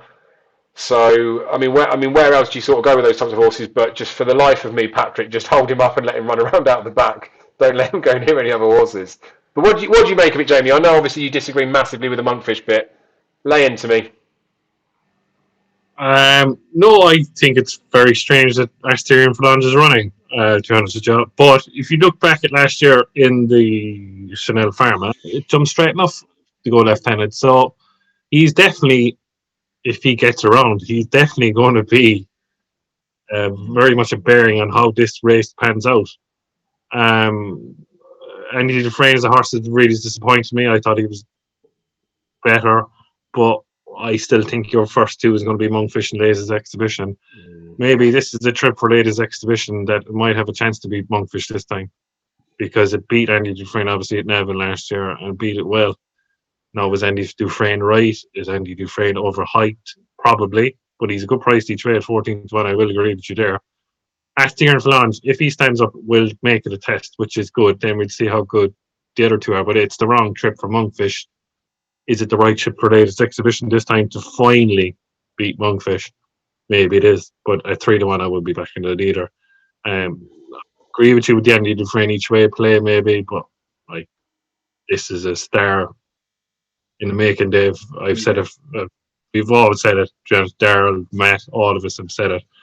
That this is a star is born here. This is a really good horse, and I know it's desperate that I'm looking forward, but I am looking forward. It's Envoy Allen, possibly against Shishkin, or Envoy Allen possibly against Monkfish. So look, they are the best 3 horses in training at the moment. Everyone's going to probably be on the trebles. Which then are you going to say? Am I saying this out loud? What bookie is going to get one of them beat? Do you know what I mean? So look, they're the best 3. They're the best 3 horses going forward. In my view, I might be totally wrong. I might be talking utter nonsense, but they are, and I think this horse is a great horse. Like that Albert Bartlett, I'm repeating myself. I know we're repeating myself, but that Albert Bartlett last year was a great race. It was a great race, and he went through a gap and still beat them all. He's a right horse. Yeah, he is a proper horse, to be fair. He didn't really respect his hurdles either, did he? But Paul Townend, in that comment that he said, he's the sort of horse that would just like take the hurdle out of there, and he's smartened up a bit over his fences. And look, let's be honest, he's a novice chaser at the end of the day, so he's entitled to be a bit scrappy. Like you say, the latest exhibition, this is probably more his trip. Beat Andy Dufresne at 2.5 mile. He won the 2 mile 6 race last year, didn't he? At this festival. Yeah. So again, like I talk about prize money, not that that's the be all and end all of stuff, but Paul Nolan this will be the day for latest exhibition to have his stab in this sort of graded stuff, and then maybe they'll do something with him different after. I know people talk about him maybe as a 4 miler. I can't see that at all. I think this is the sort of trip for him, and unfortunately for him, there aren't many races that are 2 3/4 miles. Most of them are 2.5 or 3 miles, especially when you go for fences. So it's going to be a cracking one. I wouldn't want to pay to find out a 3-1. Monkfish, I think with a clean round, his class would still let him prevail. But like I say, I just wonder whether if they get him at it, he might not be able to be quick enough over the fences to go with him. We'll find out. We want Monkfish beat for one reason, because Matt's going to shave his head. So that's the only upside if he does. It's probably a race just to sit back and enjoy the fact that Monkfish could be an absolute weapon. But I do think, and it is punty because Andy Dufresne is a bit of a weirdo of a horse, I do think that they've taken their time picking races for Andy Dufresne to go in there. And I do think if the real Andy Dufresne does turn up, and again, we're talking about there's decent prize money on offer here. It's not all about Cheltenham specifically. I just wonder, Andy Dufresne to me looks like he's probably a bit too big a price and might be one of those that gets nibbled in a bit. So might take a bit of a punt on him, I think, but probably a race to sit back and enjoy. Right, final clip for the episode is the Irish Gold Cup. I'm going to have to do a costume change, so I hope that this clip is long enough.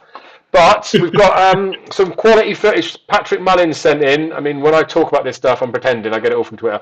Patrick Mullins sent in this lovely footage of him and Mellon on the gallops first. And then we're a little bit from Willie Mullins on Kenboy and Rachel Backmore herself talking about Manila Indo. Nice guy, come back a little bit sharper there. Mellon. All right.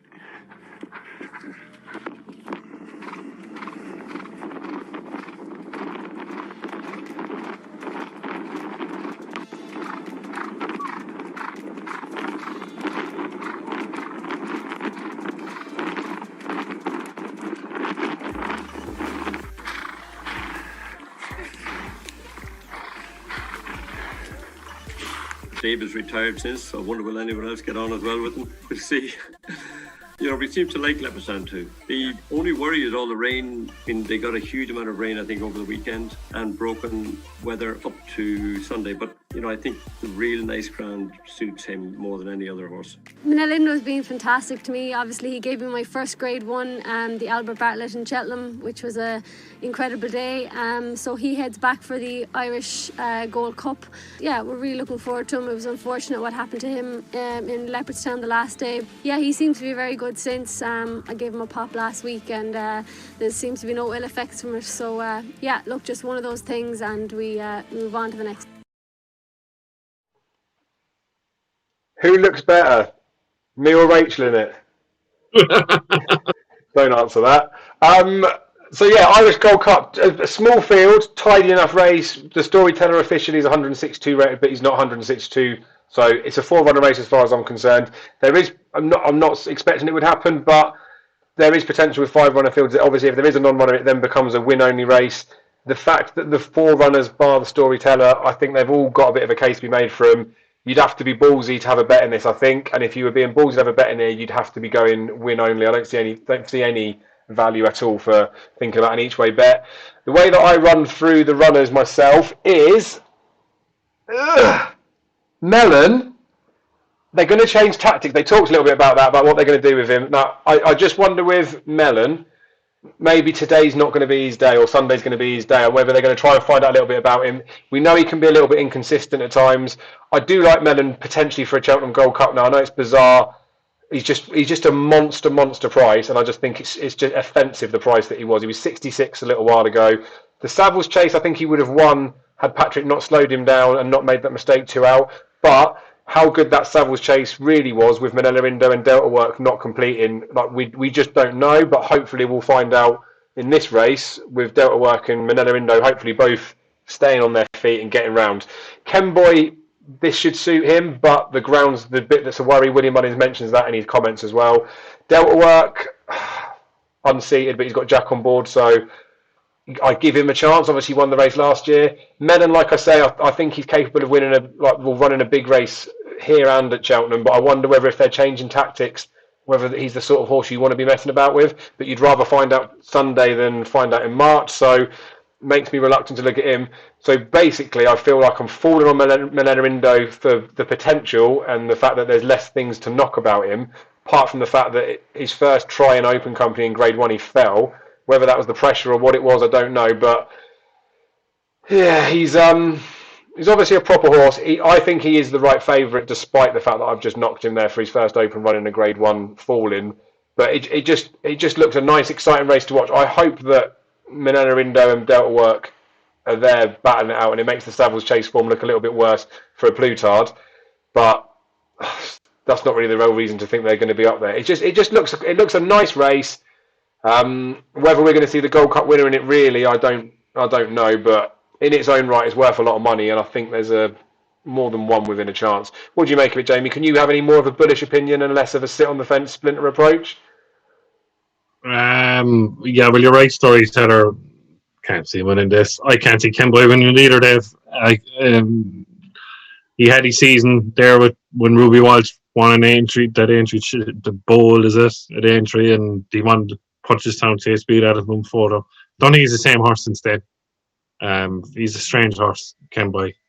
Mellon, for me, obviously, I like Mellon. Back Mellon, plenty of Cheltenham festivals. But I can't see him winning here. He just doesn't win, Dave. The problem is with him, he just does not win. But he trips 2.5 miles. Be honest with you, for potential wise, I agree with you. Yeah, Manila Indo should be winning this. If Manila Indo has any aspirations of winning a Gold Cup, it has to win here. Now, if you think Manila Indo has a chance to win here and wins on Sunday, then the following horse that we all love is running the Denman Chase the following week. Hopefully he wins and makes it an interesting Gold Cup. Now, my problem with Champ in the line of that is that just will Champ keep up? That's the story for another day in the Gold Cup. If they went slow like they did last year in the Gold Cup, Champ will win the Gold Cup. So that's the form line there. With Jack on board, you have to give Delta Work chance. He's won twice around Leopardstown. It's a small field, which will suit Delta Work. And up to Rachel Blackmore to run this thing out of Delta Work. Will she? I don't know. Will Delta Work jump properly? You don't know. So it's a tough, but it's between the two. Hopefully they'll battle it out. Potential-wise, I hope Indo wins, because I don't think Delta Work will ever win a Gold Cup. This is his Gold Cup. So at 5-1 he was during the week, it was a great price. He's 72 now. I wouldn't be absolutely really disappointed if Delta Work beat Manila and Indo if they were close up at the end. It wouldn't disappoint me. It still wouldn't put me off kind of backing Manila and Indo for a Gold Cup. But Delta Work, if Manila and Indo wants to win a Gold Cup, it should win it. Yeah, I'm with you on this, mate. And I feel a bit like it's kind of like honeysuckle with the champion hurdle thing, that the price that they are, it's like Manella Indo's the right sort of price given all the variables in there. Like you couldn't be saying that she's a bad price, and you couldn't be saying that she's a great price. She's just, like, he is just the price that he should be. You wouldn't be wanting to back him. If the bookies all of a sudden made Manella Indo a 2-1 poke tomorrow or a 9-4 poke, it then becomes interesting. You'd probably fancy it for a bit of a bet. And I feel like we're almost looking at, like I agree with you, Dirk Work and Jack Kennedy on board. We're almost looking at him thinking he's probably the play at the prices, and he likes it round here. But it wouldn't be a confident one from me, I don't think. But I'd agree with you on that. I feel like Delta Work would be the one that I'd land on if I had to have a bet for the right reasons. If I had to have a bet to save my life, I'd back Manella Indo, I think, which is balmy, but we've tipped up a horse that fell and a horse that unseated last time. It's fairly it's fairly uncharacteristic of the pair of them, to be honest. I know they haven't had that much experience in it, well, especially Manella Indo, but like they're not bad jumpers, either of them. So I just line through it and hope that it's not knocked Manella Indo's confidence. The good thing is it's not a big field again, which may have caused the issue for both of them. So fingers crossed they both just get round. And like I say, the Manella Indo Dirt weren't coming first too. Like, they are the best horses, I think, in this race. They would have been the best two horses in the Savills Chase. So if they do battle this out and they go clear, then I think it means that the Savills Chase possibly looks a little bit weaker, because Plutard obviously won that nicely. If these two are well beaten anyway, and it is Menon and Kemboy fighting out the finish like it was in the Savills Chase, then all of a sudden the Plutard goes up in my estimations. But we'll just have to see how it pans out. There are still 2 more races to get through on Sunday, so I'm conscious that the numbers will be dwindling because we've been waffling for quite a while now, but really do appreciate your guys' support for this stuff. We didn't want to put a time limit on how much we talk because we want to just get it out. You can catch up and watch stuff after anyway, but we need to get through these last 2 races. Now, I'll be brutally honest with you guys. The Handicap Chase, the 410 on the Sunday, the 2 mile 5 and a bit, I haven't looked in great depth. So I'll let Jamie basically nail it first, and then I'll pretend I'm looking at the form and I'll just copy his comments. One thing I need to say before you do that is Manella Times is a horse that I had earmarked for the Kim Muir. Admittedly, this is a different trip to what's going to be in March. I like Manella Times. It's going to win a handicap at some point. Please don't let it be on Sunday, but like with Cocoa Beach, going and ruin it before it gets to Cheltenham. So before I even dig into it, Manella Times is definitely on my radar to win a handicap. So if I start digging into this race and think it's going to win, I'll probably start crying. Anyway, Jamie, over to you. Arcless will win, Dave. No, Faircrest is a mark of 143, and is he going to win on Sunday? Because I think if he runs in the Burn Group plate, he'll win. And I think each way he's 6? Is he 7-1 there or something like that? 7.5. If you watch back the Paddy Power Chase, it looked the winner all the way around, come to the second last, and then all of a sudden, then come around the bend, it died a bit. It did not stay to 3 miles, 2.5 miles. I think is the right chance now. Hopefully, with a view, hopefully it wins on Sunday for my pocket. But but it goes to winning at Cheltenham. Will it blow its handicapper out of the water if it wins on Sunday? We have to factor that in. I didn't really look at this race. The one horse that did stand out, the form, and I watched the Paddy Power Chase this morning. It's Faircrest for me.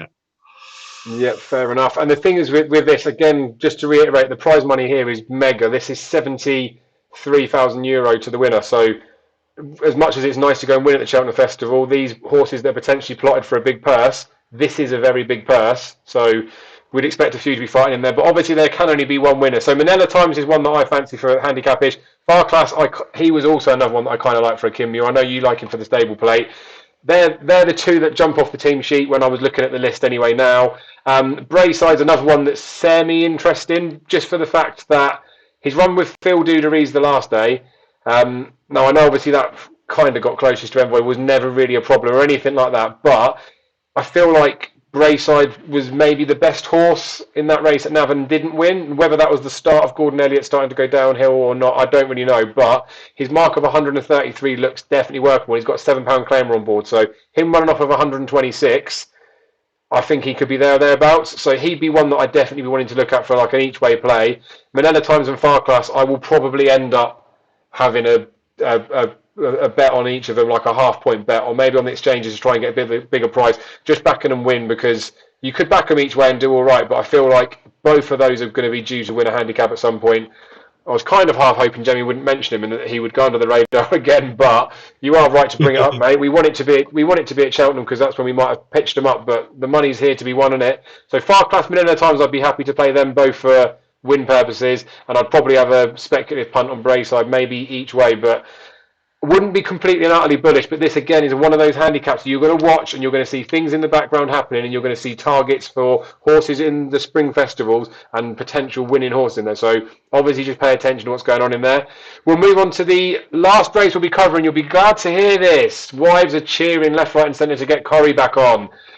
Mare's bumper. Mate, the bumper for the first day looks decent. This bumper, woo! I'm really excited about it. Looks good, doesn't it? Really, it looks really good, doesn't it? Yeah, yeah. And the beautiful thing... Oh, go on. I can't see Take T giving £1 to Brandy Love, to be honest with you.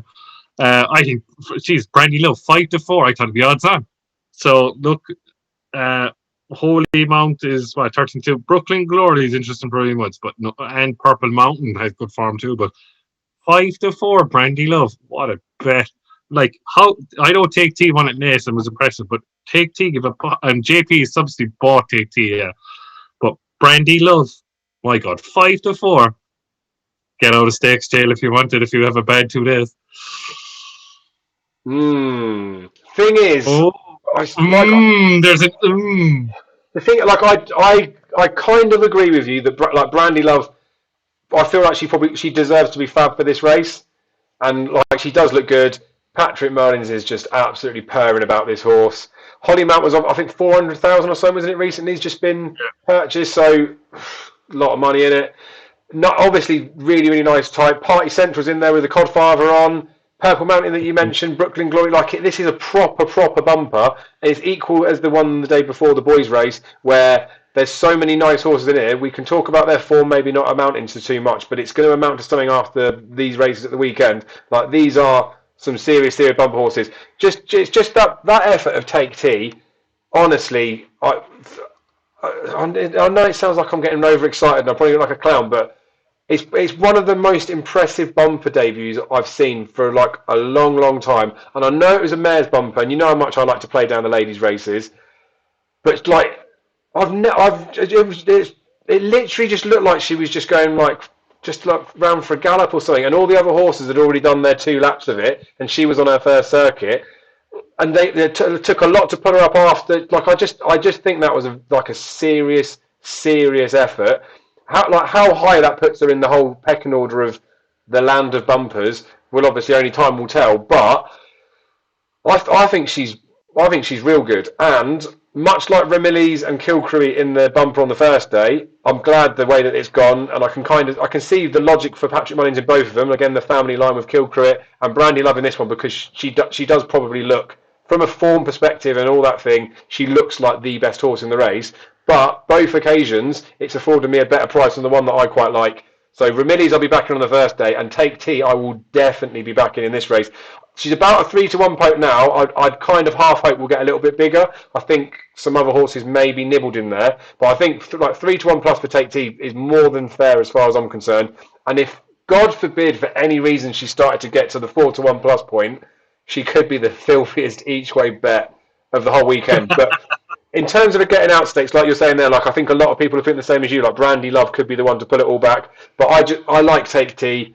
I fancy to have a bit of a chance. Not even just the fact that JP bought it. You can go back and watch Manty Up when we talked about it before. Mentioned on a couple of things. Like I was really taken by that bumper performance. So yeah, we're going to find out, aren't we? Right. If anyone else stayed on this long, mate, I know we'll stick them in the comments below in case anyone does watch it back. Do you want to just run through some of the UK action or any horses that you fancy without going into it in too much depth? Because I don't even think anything's going to be on over here. But you've got a few that you do like. So anyone that's stayed this long can be rewarded with Jamie's tips. The last time we did something like this, right? And I asked Jamie for, I can't remember who it was you gave at Kempton, but you gave us Global Citizen, a couple of others. I think you gave 4 selections, 3 of them won, and the shortest price was set. Hi! It's the gift that keeps on giving.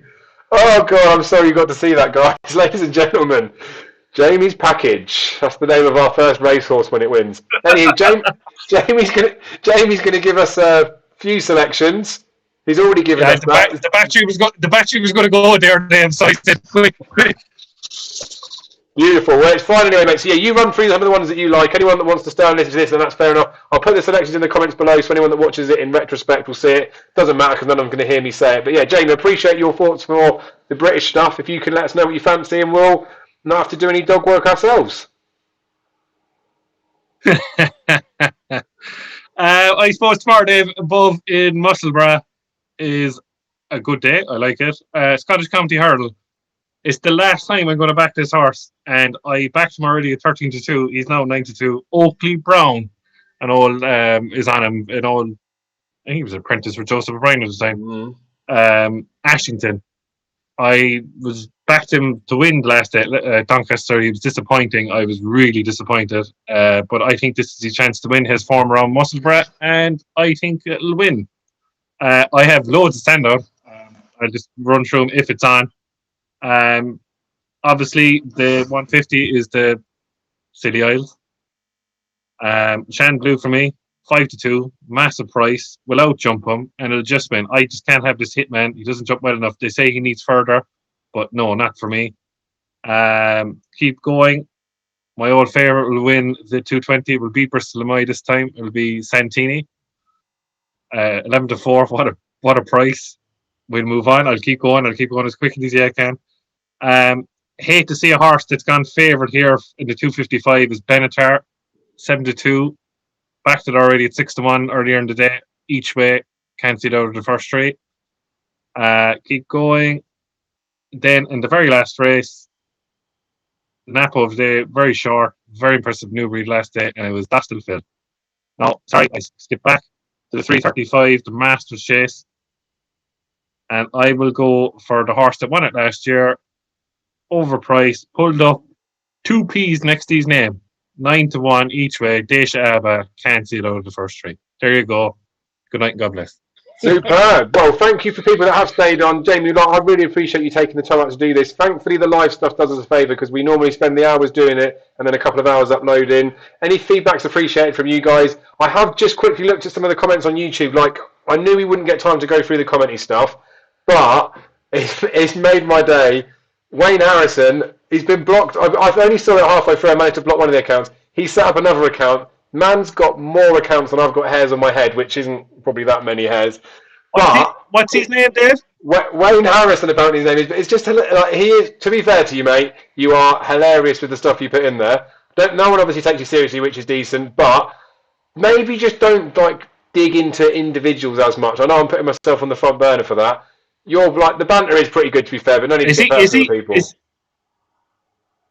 Is he the fellow who's the anti-post king? Is it? He is, yeah, the anti-post king. But like to be like again, with all of this stuff, right?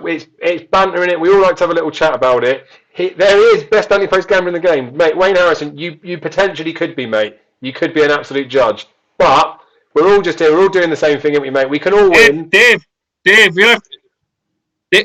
Is there a name on that YouTube comments? Is he called the Bear?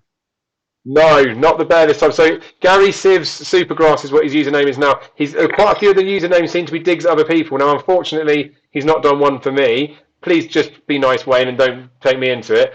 It's full blown banter. One day, I literally had to block 11 accounts, and it's all the same guys. So fair play for the effort you put in, mate. And most of your comments are all right, to be fair. It's the copy and paste of bets that no one likes, and when you dig someone. But all the banter about you being the best gambler in the game, anti-post punter. To be fair to you, mate, you're not bad. So fair play to you. Oh, don't get personal or I'll block you. Anywho, that's enough for everything. We're getting up to the 2-hour mark. Wayne Harrison et al., thank you very much for your guys' support. We'll do some more stuff like this going forward. Hopefully some feedback will come in. Anti-Up Tuesday, I'll do it live, so it'll save me the 4 hours. Dave, give a shout out there. That's a buddy of mine commenting the Bear. He's a man who knows his stuff. Who's that? In the YouTube comments, it says T on it, and it says the Bear. Do you see it? Yeah. Yeah, he's a friend of mine. He's a good friend of mine. So shout out to him. The Bear's my favourite person on there. Anywho, thank you for your guys' support. It's decent. There's so much content out there from loads of Uncle Bear. There's so much good stuff out there from so many other people as well. I know there's only so many hours in a day, but do support all the other people that are putting the racing content out. We all just take time out of our day to do it. It's nice to talk horses. Again, thanks for the support, guys. Tuesday will be anting up. Me and Matt will be doing it live, so we'll bring in some more comments for that. Save me a few hours to upload it after. There'll be some decent stuff going up for Cheltenham, so exciting things for that. And yeah, good night. Enjoy your weekend. Enjoy the racing, and see you on the other side. Thank you.